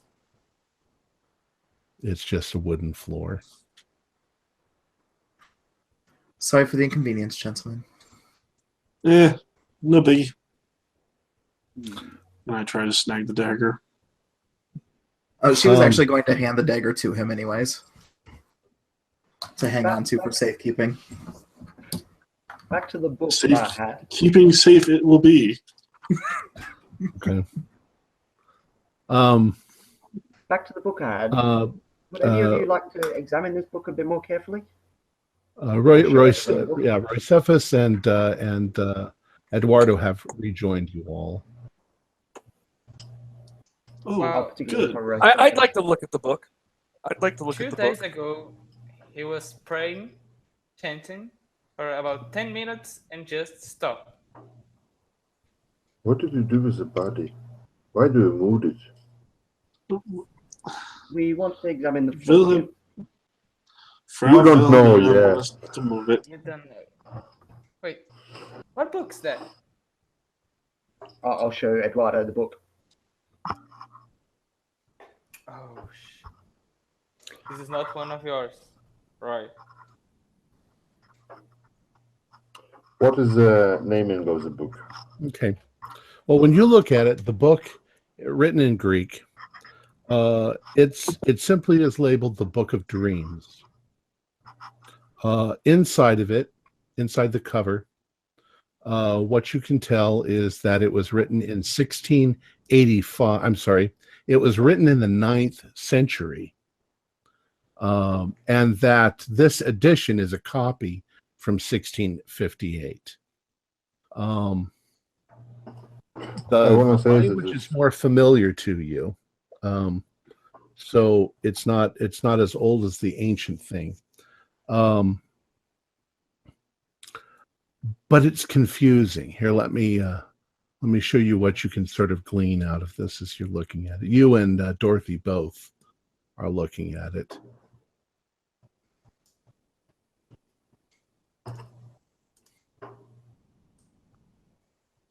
Go ahead and read that out loud, and so that people can hear it. Okay. The Book of Dreams. The book was originally written by a Greek Orthodox monk in the 9th century out of Armenia. This edition is a copy from 1658 AD. The details are confusing, as one might expect from transcribed dreams. The monk claims to be unable to cross over from our world to Oneirokora, the dream country. The monk claims that while they read a dream book, part of this text is an attempt to copy what was seen is a dream book. There is a bookmark on the page. There seems to be instruction on how to enter the dreamlands. A diagram and text are similar to the pieces of paper between the candles. Oops. There is also a diagram with spiritual on various parts of the human body. You see, guys, this is quite a strange and old book, and its proper place in my shop. I'll recreate it, restore it, and make a few copies for people to learn a good knowledge. This doesn't seem like the sort of thing that we'd want other people to be recreating. Yeah. Well, surely you can't put any credence in this. It's a load of mumbo jumbo. It's just garbage. It's just a mumbo book. Yes, Come it's on. gibberish for people who like gibberish and some occult stuff, and they use it to sleep better.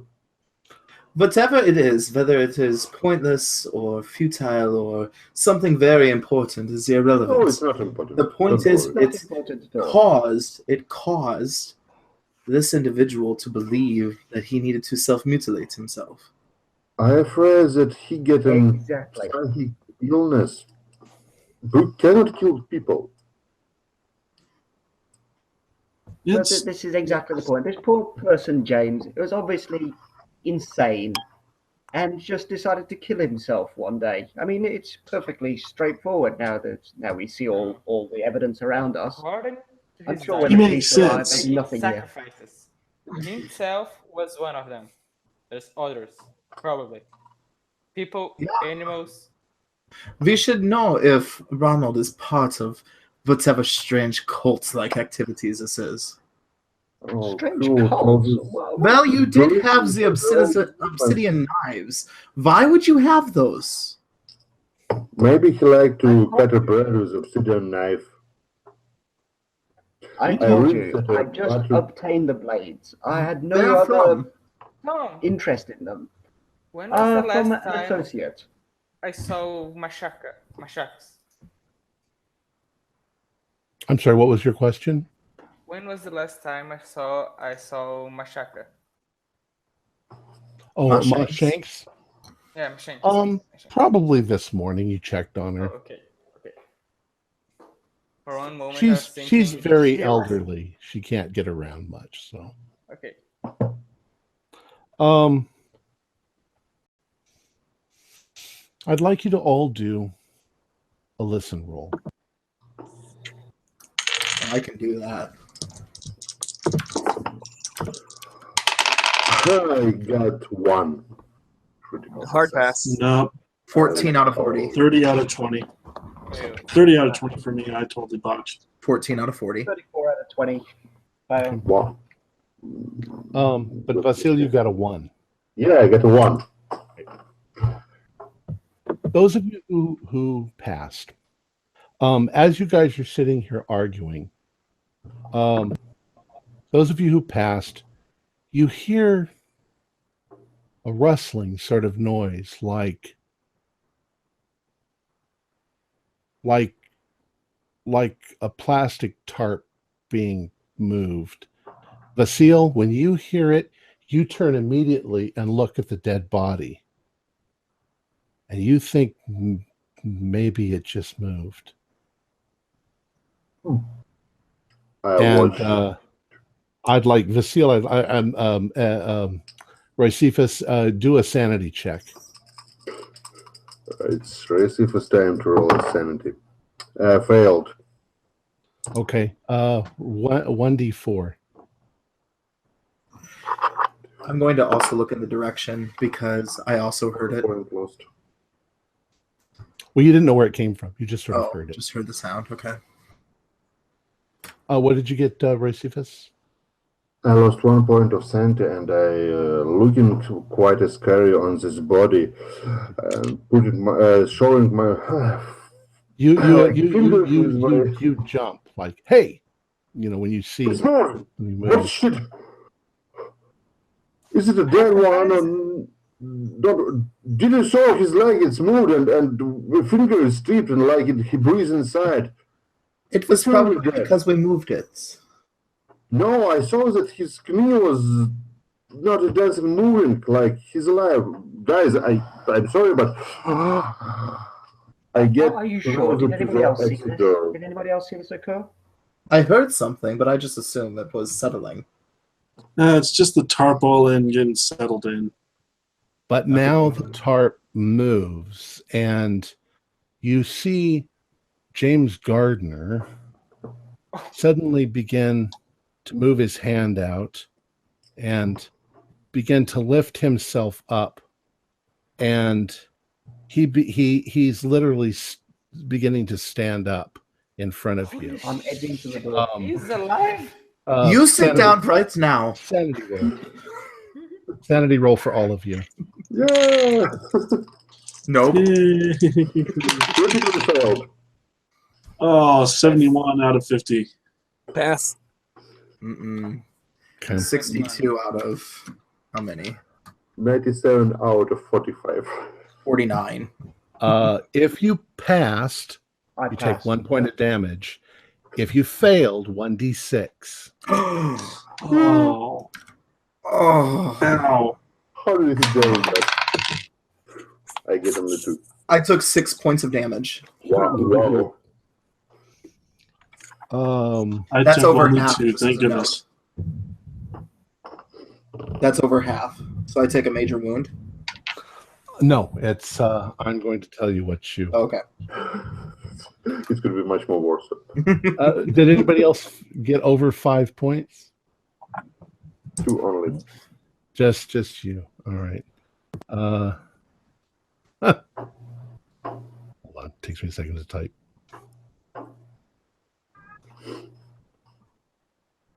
This isn't good. He's typing something.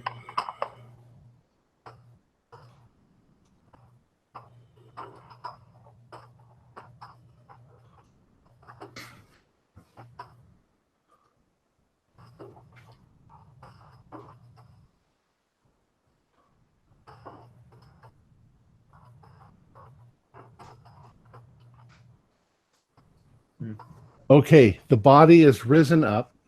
And as you're standing there looking at it and it's sort of shaking, the skin on its head begins to unpeel and unwind and sort of flop around. And then it's hanging down with all of the muscles and skull sort of staring at you. What do you do? I pull out the 38 and shoot it. What are you doing?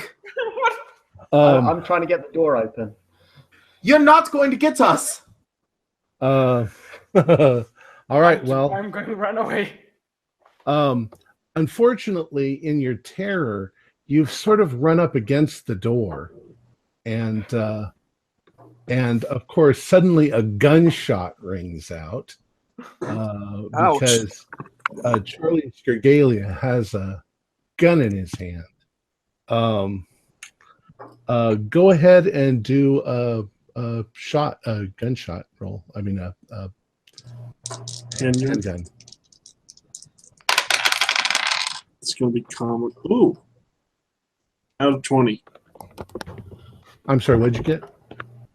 17 out of 20. Okay. Your bullet strikes the thing, whatever it is, right in the shoulder, and it barely flinches. And oh shit! where the bullet hole hits, there's a kind of glowing blue light that's shining out of it. You guys have all sort of scrambled back to get out of the way. Where is the dagger? I'm trying to get the door handle. Open the door. Open the door. Okay. This isn't happening. This isn't happening. Who This has isn't the happening. dagger? Are we in initiative or what's going on? Well, We're you on guys the way kind of to jumped my back. So the thing is stood up. It opens up its mouth and it screeches, and this sound comes out. It seems to sort of reach right down into your souls. It goes through your head just like a freaking dagger. And you guys are all in extreme pain for a couple of seconds. You're sort of blinded by the pain. And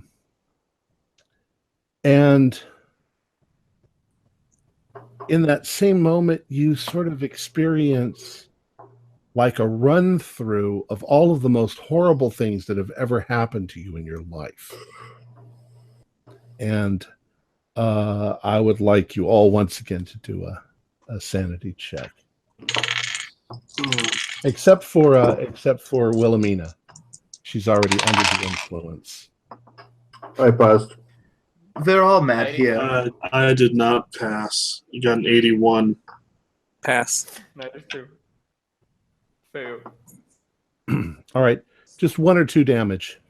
One if you passed, and 2 if you didn't damage. 10 to damage, yep. Because you're all sort of scrambling to try to get the door, you're kind of leaning up against it. What would you can, this thing is screeching, but you can do something. So let's just go down the line. Ronald, what are you doing? You're trying to get the door. I've got, had my hand on the door handle, trying desperately to open it, if I've still got my wits about me. All right. Charlie. Noticing that the gun didn't work, or at least it's making some sort of blue light come out of it. In a panic, I'm going to run towards the door and try to just shoulder it open. Okay. Unfortunately, you're also trying to open a door that everybody is pushed up against, and Ronald's trying to open it too, and you guys are just having this mad scramble to try to open it, and you're all getting in each other's way. Eduardo. I scream, who has the dagger? Me? Give to me! Why? The gun didn't work. The dagger made that thing. So you're Maybe going to throw can him stop it. No, I'm gonna pick up the dagger and run to the thing and try to stab it. Okay. Go ahead and do a brawl. Okay.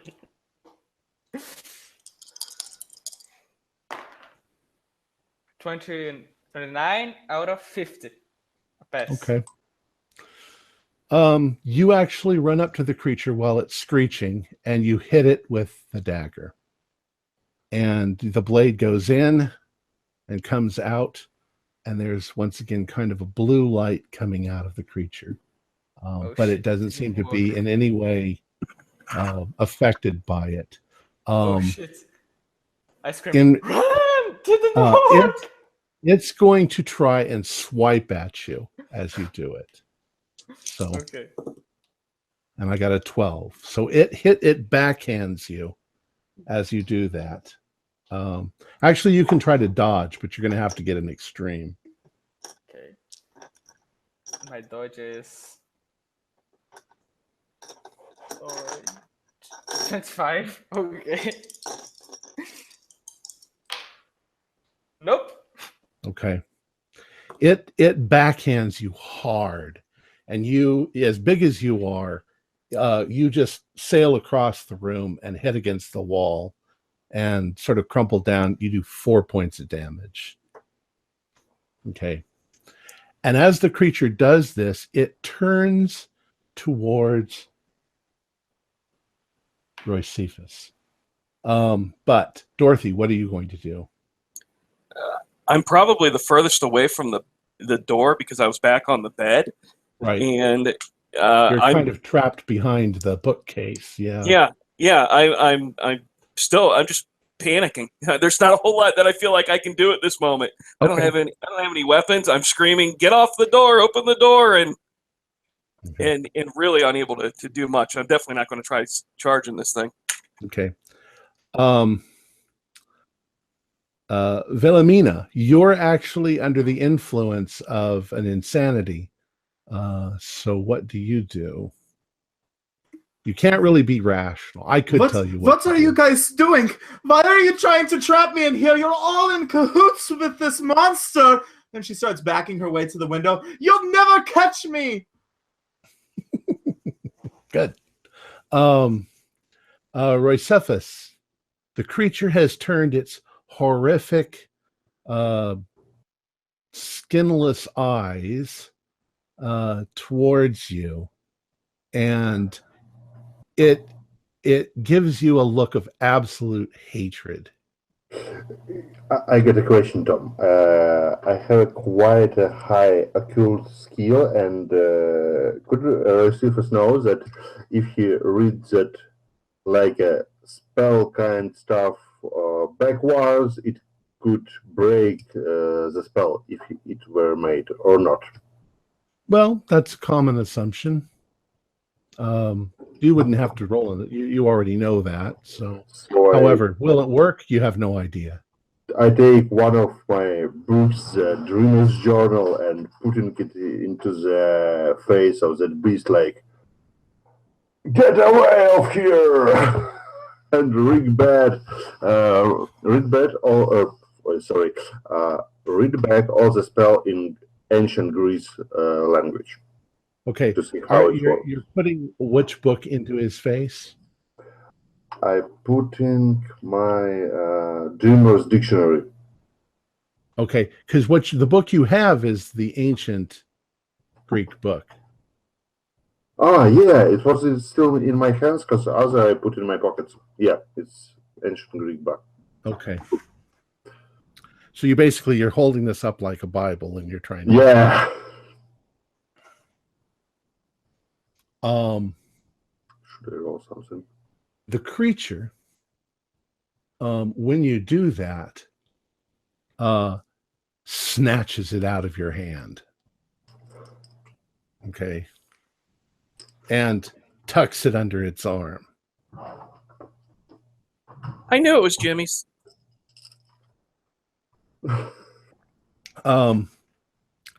The creature then turns towards the people who are standing over by the door. And it begins to move towards you. No. And Wilhelmina is trying to climb out the window. Okay. There Right. is Dorothy. She's Sure, disappeared. What is the likelihood of us getting out the door at the moment with everybody bashed up against it? Is it pretty unlikely at the moment? Let's go ahead and do a luck roll to see if you can pull that damn door open. Right. You're Okay. almost going to have to take a step towards the creature, though, in order to open the door at this point. No luck. 85 over a 35. Okay.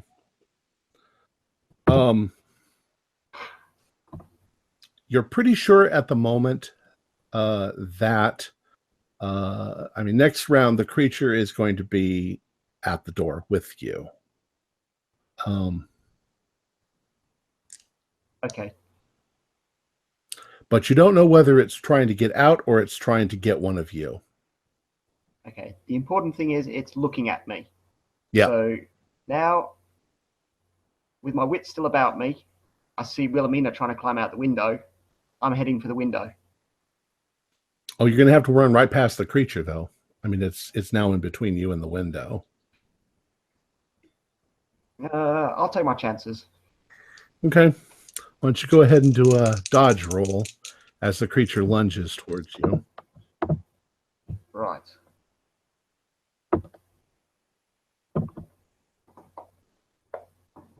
Ah, no. 37 over 30. Okay. As you try to dodge past it, it takes a swing at you, and it does 1 point of damage to you, and sort of knocks you to the floor. And then it turns. It looks like it's going to attack you again next round.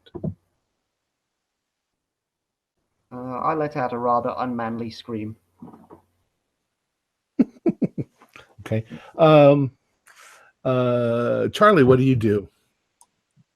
I'm trying to get this damn door open. Okay. You're almost it's almost possible, but not quite yet. There's now Ronald is lying on the floor. He's blocking the door. The creature is standing right there. So you're just going to keep trying to open the door. Okay. I'm going to try for a headshot at this point if it's that close. With the gun? Try it. Yeah, with the gun. Okay. Shooting it in the chest didn't work. Try shooting it in the head. Go ahead and try. Oh, this is going to be fun. You're pretty close. I might even give you a bonus dice. Okay. Ooh, I may not need it. A 17 and an 18. Okay. With your gun fires, and the bullet strikes it in the side of the skull. And when it does, a piece of the skull and the muscle and the skin go splattering off, and the thing reels back when you do that. Aha! Eduardo, what do you do? So the thing is on the carpet. Yeah, it's between the door and the window. There is anybody on the carpet? Yeah, you're all kind of on the car. Well, Dorothy's behind the bookcase. Wilhelmina is climbing out the window. Can I try to pull the carpets to make the creature fall? It's too big. It's too big? Yeah, Okay. it's too big and heavy. So everyone is trying to escape. I will try to jump to the creature and make the creature fall for the people have more time to escape. So you're going to try to knock the creature over. You are a big guy. No. Yeah. Well, why don't you go ahead and do a brawl roll?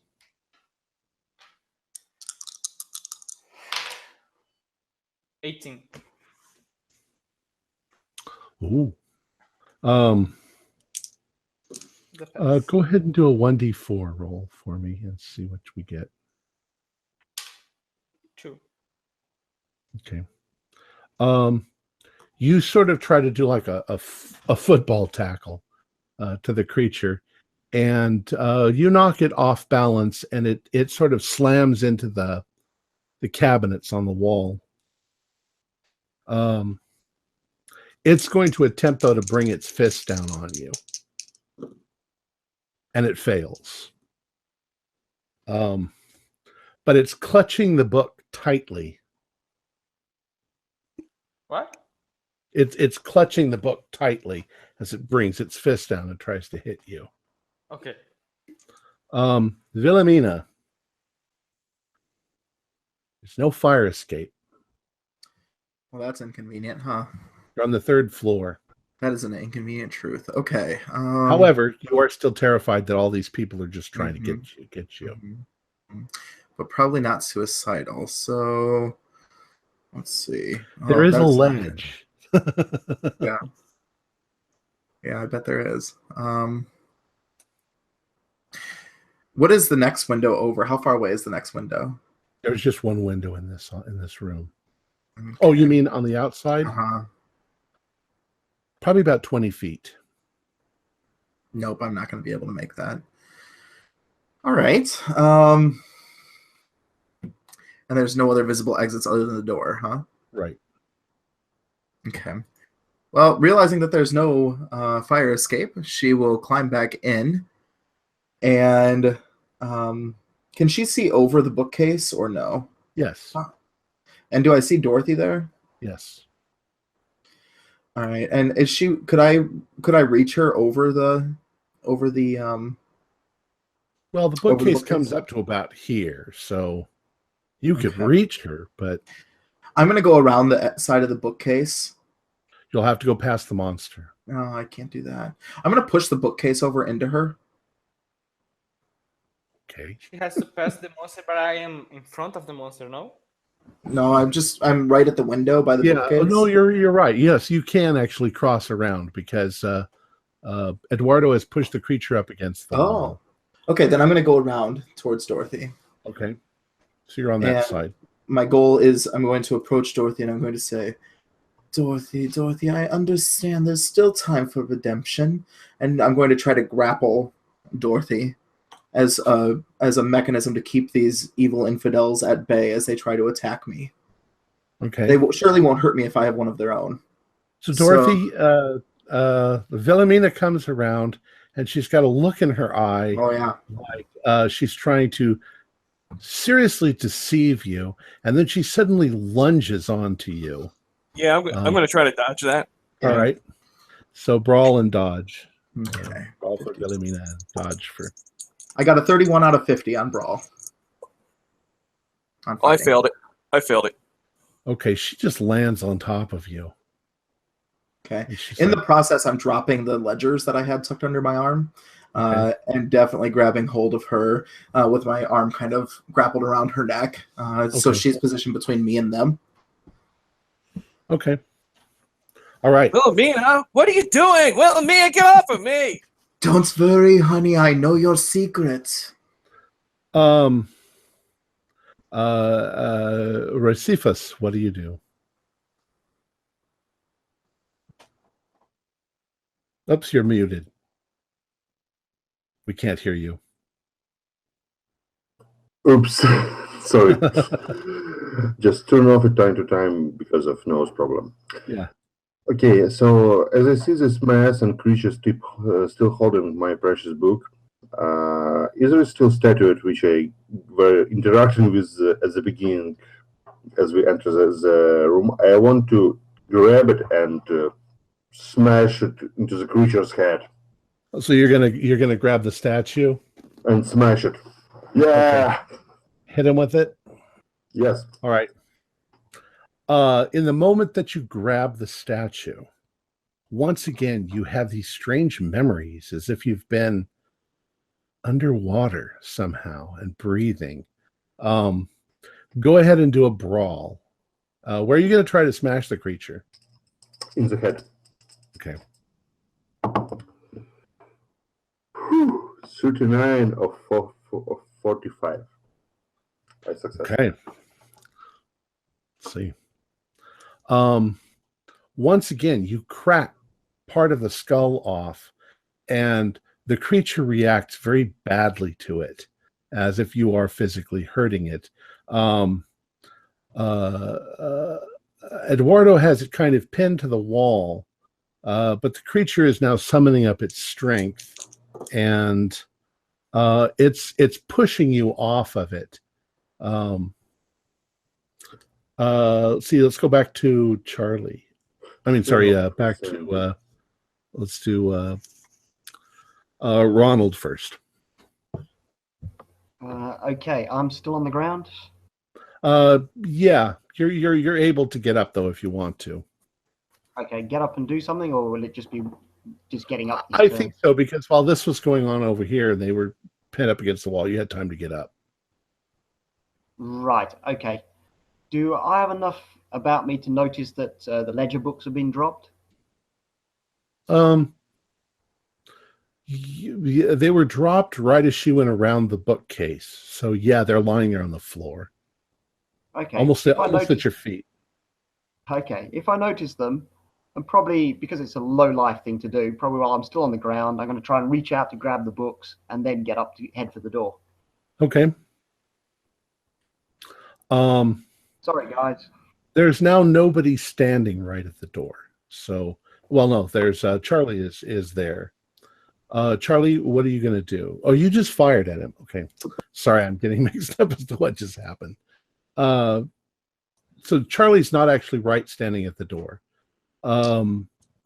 Ronald, you get to the door and you open it up.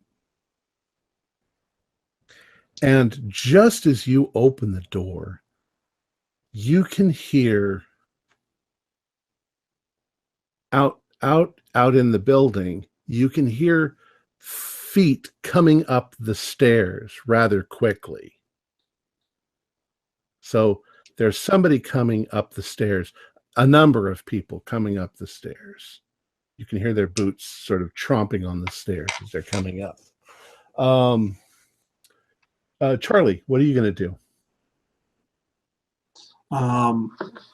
Let's see. The thing is now pinned against the wall with Eduardo and it's pushing them off as it's trying to get up or trying to get away. In a strange thought, I'm going to pull out the obsidian dagger and run and try to jab the dagger into its head. Okay. Since that seems to be the one place that it gets hurt. Do a brawl. Got 60%. 7. Okay, you run up and you attempt to jab the knife into its head, and you succeed. You jam it right into the side of the thing's head, and the result is that the creature opens its mouth and it screams again. Okay, and once again, the scream this time is just deafeningly piercing. And it causes you all to drop whatever you have in your hands, including the ledgers, and grab your ears. Ronald, as you're moving out of the door, you see a number of policemen running up the stairs, and just as they get to the top of the stairs, this creature screeches, and all of the cops grab their heads and drop to their knees on the ground before they can do anything. Eduardo, this thing is screeched, and as it was pushing you off, all you can really do is sort of reel back and hold your ears. Okay. Go ahead. I'm going to try back off as much as I can. but not past the people that are trying to escape. I'm Okay. always gonna be between the creature and them. Okay. Dorothy and Wilhelmina, the second this thing screeches, you stop whatever you're doing and grab your heads. Wilhelmina rolls off in the process, and so you're not on top of each other. Roycephus, you also, of course, grab your head, but you can do something if you want to. The door's open now. Yeah, the door is open. I try to run out of the door. Behind this, sorry, Dorothy, continue, please. Well, it's your turn. So Okay, so there's a wall behind this creature, yeah? yes, I want to ram it. you want to ram the wall or the creature? Creature into the wall. Okay. Because he stole a nice book, and I must protect the book. I am a book ranger. Go ahead and do a brawl. Okay. I got 3. It's extreme success for me. Excellent. So you once again pin the thing to the wall, and for the moment it stops screaming.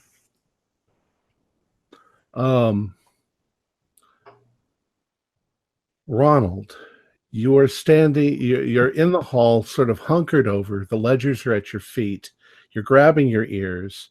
The cops have sort of stumbled over each other, and they're grabbing their ears. As soon as they stop, they start to recover. One of them looks over at you and he says, "What the hell is going on here?" I try to clear my head a bit and just point to the door and say, "There's a killer in there. There's a killer in there. Get in there." And start to stumble off down the hallway. And they, of course, all pull out their guns and run for the door.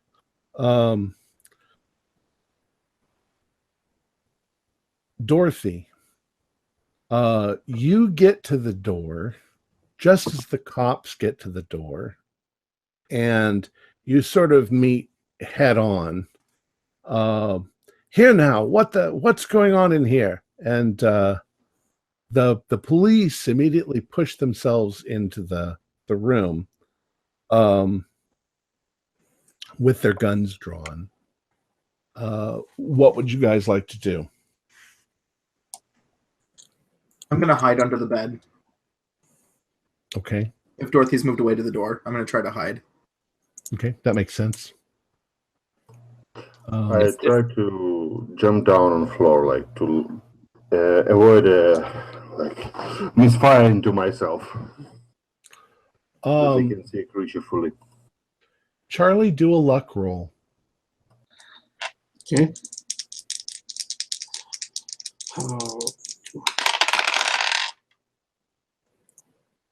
Oh my God. The worst time to do it. I rolled a 99. Oh, that's the best time to do it. At least half the cops see you holding the gun, and they turn towards you and they say, "Drop the gun." The other couple of cops see the thing that's pinned against the wall and freak out. They see Roycephus pinned the thing against the wall, and they begin to fire, but they're firing at the creature. And when the guns go off, the cops at the door that are pointing at you think that you fired, and they fire at you. Oh no. Why don't you go ahead and do a dodge? Oh God. But you're going to have to beat a 26. Ooh, okay. I have a 30 dodge anyway.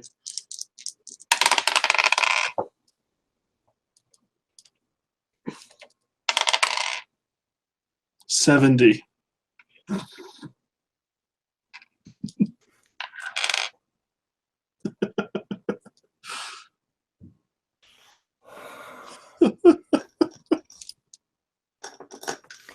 I rarely use this dice.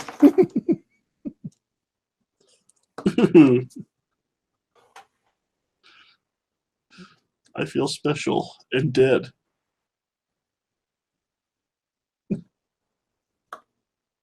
You take 8 points of damage from the bullets. I don't know how many you have, but I have 12 hit points. I'm so down you to go 4. down hard. Yes. You all need to do sanity rolls for the chaos that is clearly happening in the room. Do I need to make the sanity roll as well? No, I don't. I'm unconscious. You don't. You're unconscious. Do I do that if I'm running down the hallway? No, I don't think so. So just the people in the room. Did I make it out? No, you kind of got pushed back by the cops when they came in. Okay. 68. I fail. Pass. All right. If you fail, 1d6. If you made it, 1d4.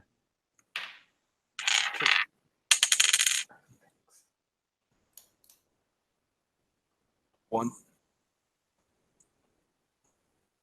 Okay, just take 1. Anybody take more than 5 damage? Nope. Has anybody lost 20% of their entire sanity? Okay. No, I think. All right. Within the next few seconds, the creature struggles to get away.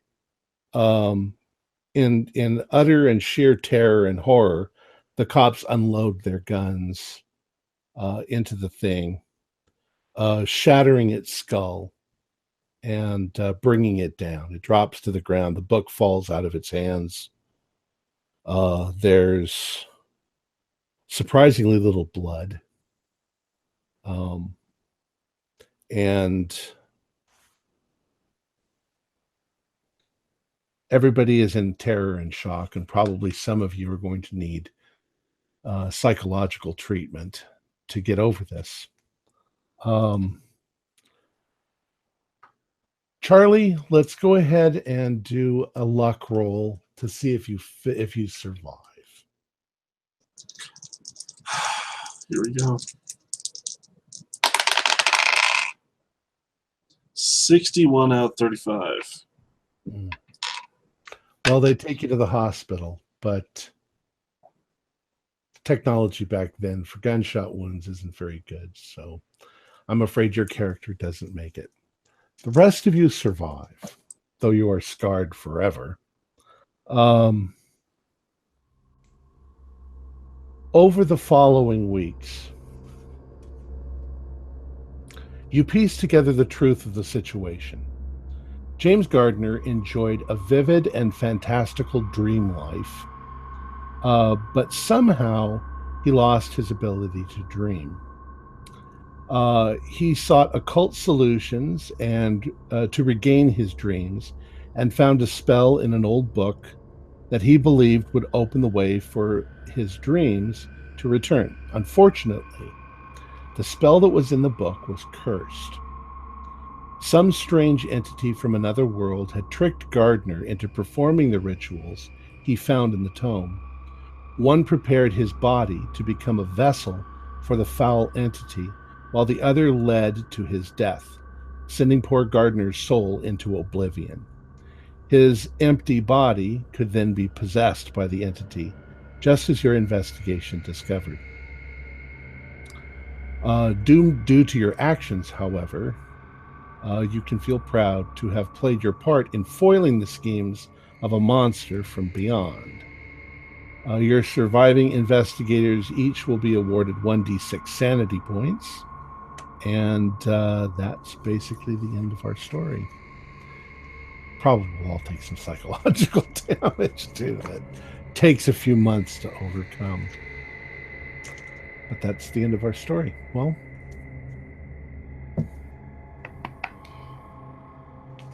Very good. Very good. Thank you so much, Tom. Wonderful. Thanks, everybody. You guys were all amazing. Thank you. No, It was a lot of fun. Yeah, Lots. great games. Thanks a lot of. Wonderful. well, let me go ahead and give the closing statements. Our players included Luis Ferrer, Fred Carter, David Gaskin, Vasil Kizniak, Timothy Hart, and Jeff Beck, with yours truly as the Keeper of the Secrets. Our musical intro, Gathering Darkness, was written by Kevin MacLeod and is licensed under a Creative Commons Attributions license.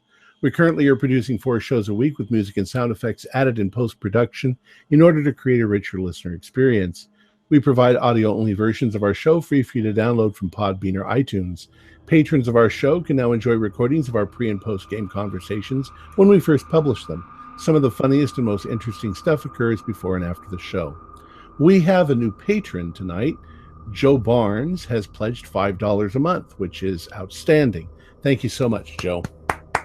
If you'd like to become a patron, visit our Patreon account.